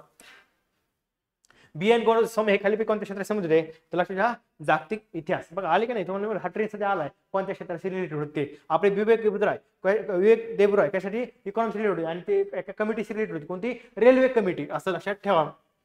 लक्षद्वीप संबंधी पुढीलपैकी कोणते युगाने लक्षद्वीप संबंधी पुढीलपैकी विधानापैकी अयोग्य विधान कोणते विचारलं आहे आपल्याला. आणि नंतर 48 क्वेश्चन आहे, नाही सॉरी 49 क्वेश्चन नाही, सॉरी 50 क्वेश्चन आहे मालदीव संबंधात. म्हणजे मालदीवचा 50 नंबरचा क्वेश्चन आहे. आणि दुसरा आहे लक्षद्वीपचा 46चा. आता हे क्वेश्चन विचारण्याचं कारण काय, मी सांगू एक ट्रेन लक्षात आला पाहिजे. क्वेश्चन कसे विचारतात, वन लाईनर. आता जर पाहिला ट्रेन कसा आहे, पुरस्कार विचारला, नोबेल पुरस्कार विचार. दुसरा ट्रेन काय आहे, तर कोणत्या क्षेत्राशी कोणता व्यक्ती कसा संबंधित आहे. 2 क्वेश्चन येऊन गेले. हा ट्रेंड आहे सध्याचा. आणि खूप मॅक्रो लेवलला काहीतरी घडामोडी घडतात, म्हणजे काहीतरी घडलं ते, तो एक ट्रेंड एक्झामला विचारण्याचा असतो. बघा की आपल्या जे हे मालदीव जे आहे, मालदीवच्या मंत्र्यांनी आपल्या भारताबद्दल चुकीची टिप्पणी केली होती. आणि त्यानंतर ती टिप्पणी केल्यानंतर एक वाद निर्माण झाला होता. आणि मग त्या संदर्भात मग मालदीव आणि लक्षद्वीप काय होतं, चर्चेमध्ये होतं. मग त्या संदर्भात आलेली ही क्वेश्चन आहे. मग तुम्हाला कळलं की क्वेश्चन अभ्यास कसा करायचा, वर्षभर काय घडामोडी घडल्यात, पेपरमध्ये काय विचारलं, हे लिंक करता आलं ना, आउट ऑफ क्वेश्चन काय मुलांना 15 पैकी 12-14 क्वेश्चन बरोबर आलेले आहेत. करंट अफेअर अवघड नाही, फक्त आपलं कसं आहे PYQ अनालिसिस चांगलं नसल्यामुळं काय विचारतात हेच कळत नाही. आपण पुस्तकं घेतो 400-500 पानाचे, लाईन वाचतो आणि वाचल्यानंतर परत म्हणतो अरे मी एवढा अभ्यास केला, माझा रिझल्ट कसं करणार. अरे मित्रा, तू PYQ अनालिसिस केलं नव्हतं, डायरेक्ट क्वेश्चन वाचायला चालू केली म्हणून तुझा रिझल्ट नाही आला. तू मेहनत केली त्याच्याबद्दल तुझी शाबासकी, सगळं चांगलं आहे, तुला फक्त समाधान भेटलं मित्रा, पण रिझल्ट नाही भेटत. रिझल्ट भेटायच्यासाठी PIQ अनालिसिस करणं गरजेचं आहे. हे मी नाही, सगळं अख्खं जग हेच सांगतं. कोणती एक्झाम तयार करायची असेल तर PIQ आधी बनणं गरजेचं आहे. पण आपल्याला MP स्टार्ट केल्यापासून रिडिंग करण्यावरच आपला जास्त भर असतो. आपली आवड रिडिंग असते. आयोगाचा एरिया ऑफ इंटरेस्ट कुठेतरी वेगळीकडे, आयोगाचा एरिया ऑफ इंटरेस्टकडे आपण कधी बघत नाही. माझा एरिया ऑफ इंटरेस्ट काय आहे त्यानुसारच आपण अभ्यास करतो. आपल्या एरिया ऑफ इंटरेस्ट अभ्यास केल्यानंतर, PIQ दुर्लक्ष केल्यानंतर मला सांगा, आपण किती 12-15 घंटे अभ्यास केला, काहीच फायदा नाही ना, आपण पास होणारच नाही. आयोगाचा एरिया ऑफ इंटरेस्ट आणि PIQचं अनालिसिस करून जर अभ्यास केला तर 100% 65 काय 75 पण तुम्ही मार्क पडू शकता येणाऱ्या प्रिलिम्सला. अशी ठेवा. आता क्वेश्चन माहिती आहे लक्षद्वीप संबंधी पुढील विधानापैकी आयोग विधान विचारलेला आहे आपल्याला.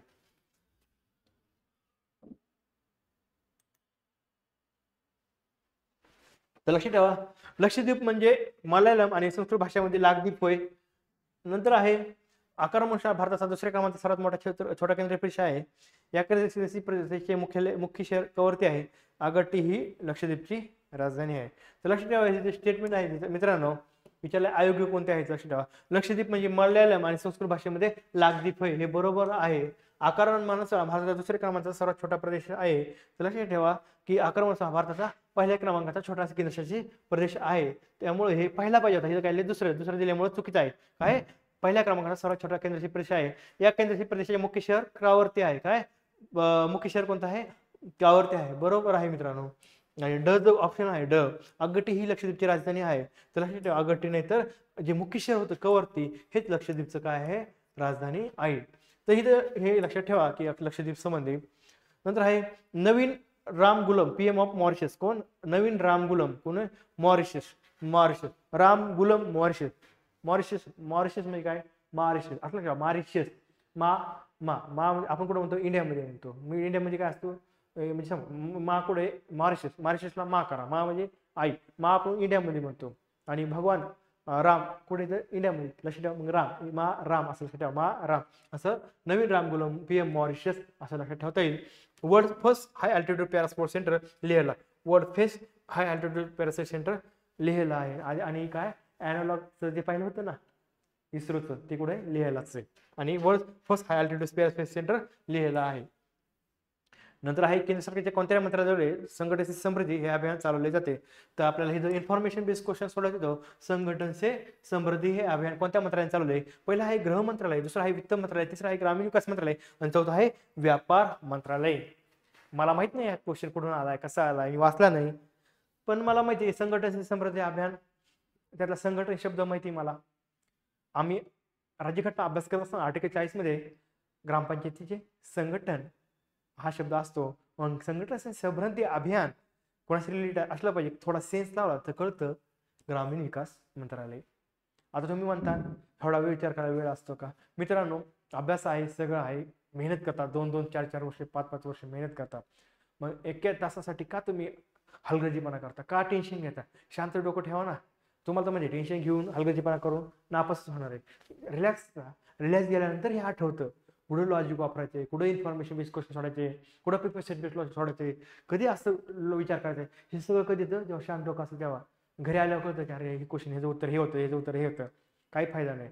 शांत डोकं ठेवून आपल्याला अशी क्वेश्चनची उत्तरं काढता येतात. ह्याबद्दलही आपण आणखी डिस्कस करू, पेपर कसे सॉल्व्ह करायचे त्याबद्दल. इथं काय आहे? ऑपरेशन कवच कुणाचं लक्ष ठेवा. ऑपरेशन कवच कायसाठी?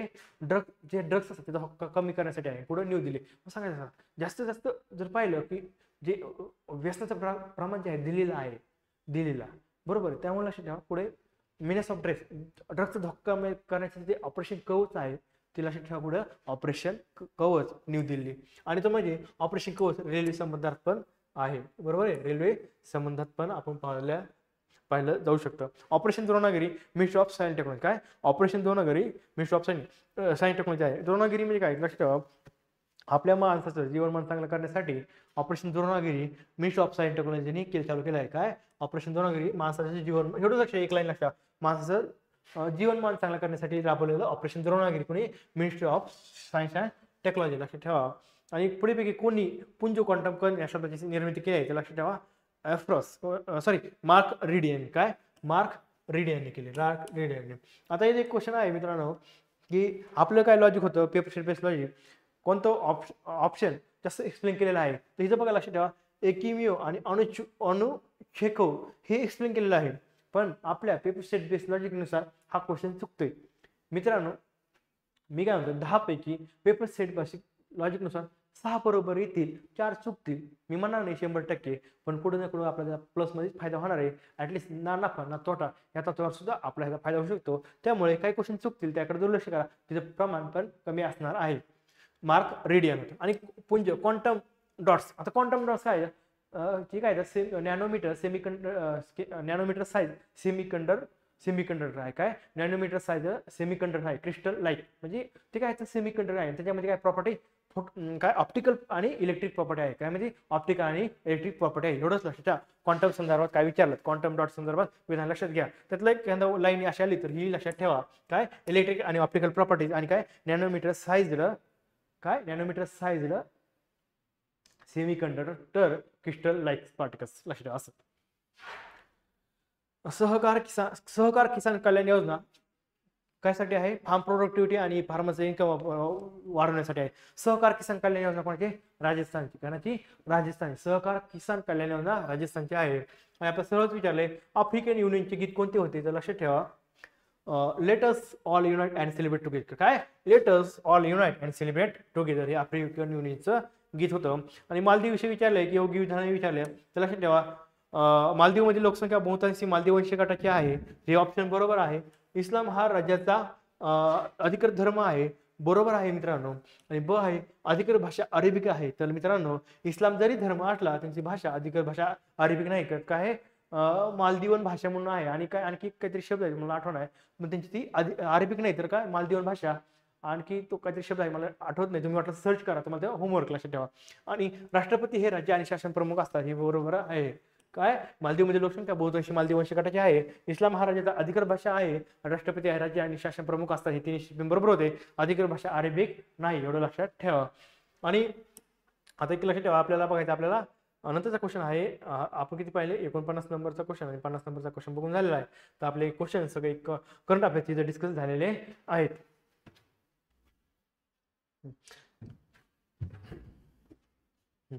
तर आपल्याला आता ठरल्याप्रमाणे प्रत्येक पेपरला 2 स्कीम आपल्याला डिस्कस करायच्या आहेत. तर पहिली स्कीम आहे मित्रांनो PM सूर्य घर मुफ्त बिजली योजना.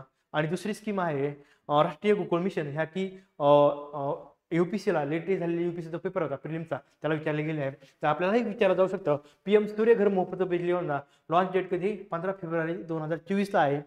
त्याचा उद्देश काय आहे, टू प्रोव्हाइड फ्री इलेक्ट्रिसिटी. काय प्रोव्हाइड टू इलेक्ट्रिसिटी. त्यामध्ये काय 60% subsidy up to 2 kilowatt capacity, additional 40% 2 kilowatt to 3 kilowatt.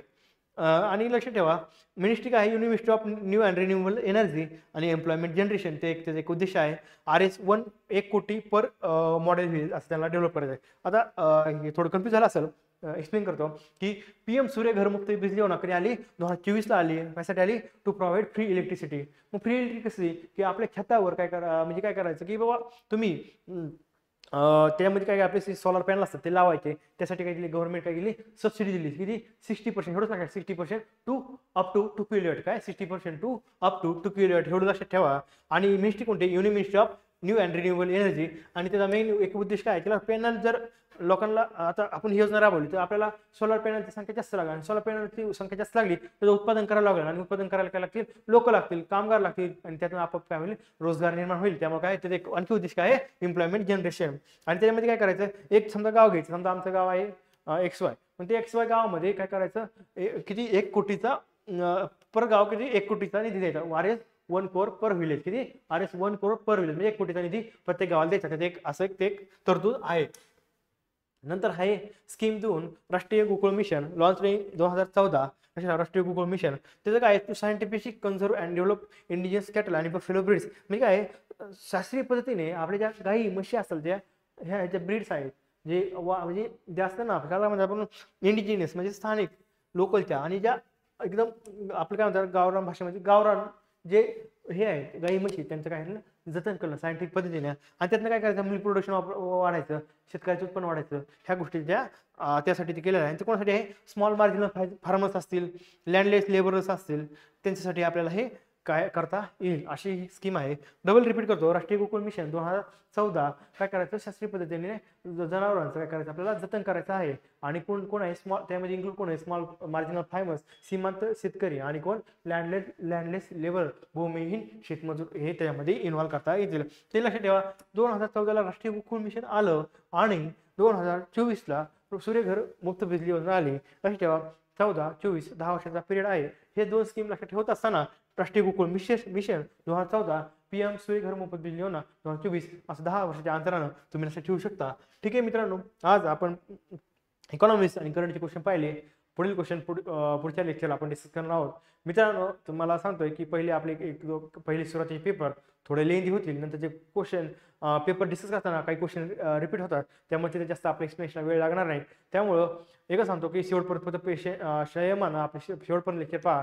मी तुम्हाला गॅरंटी देतो 14 पेपरचं डिस्कशन तुम्ही पाहून एक्झामला गेलाच नाही येणार आहे. 9 नोव्हेंबर असेल किंवा कंबाईनची 9 नोव्हेंबर कंबाईन ग्रुप बी आणि 30 नोव्हेंबरला आपली कोणती ग्रुप सी.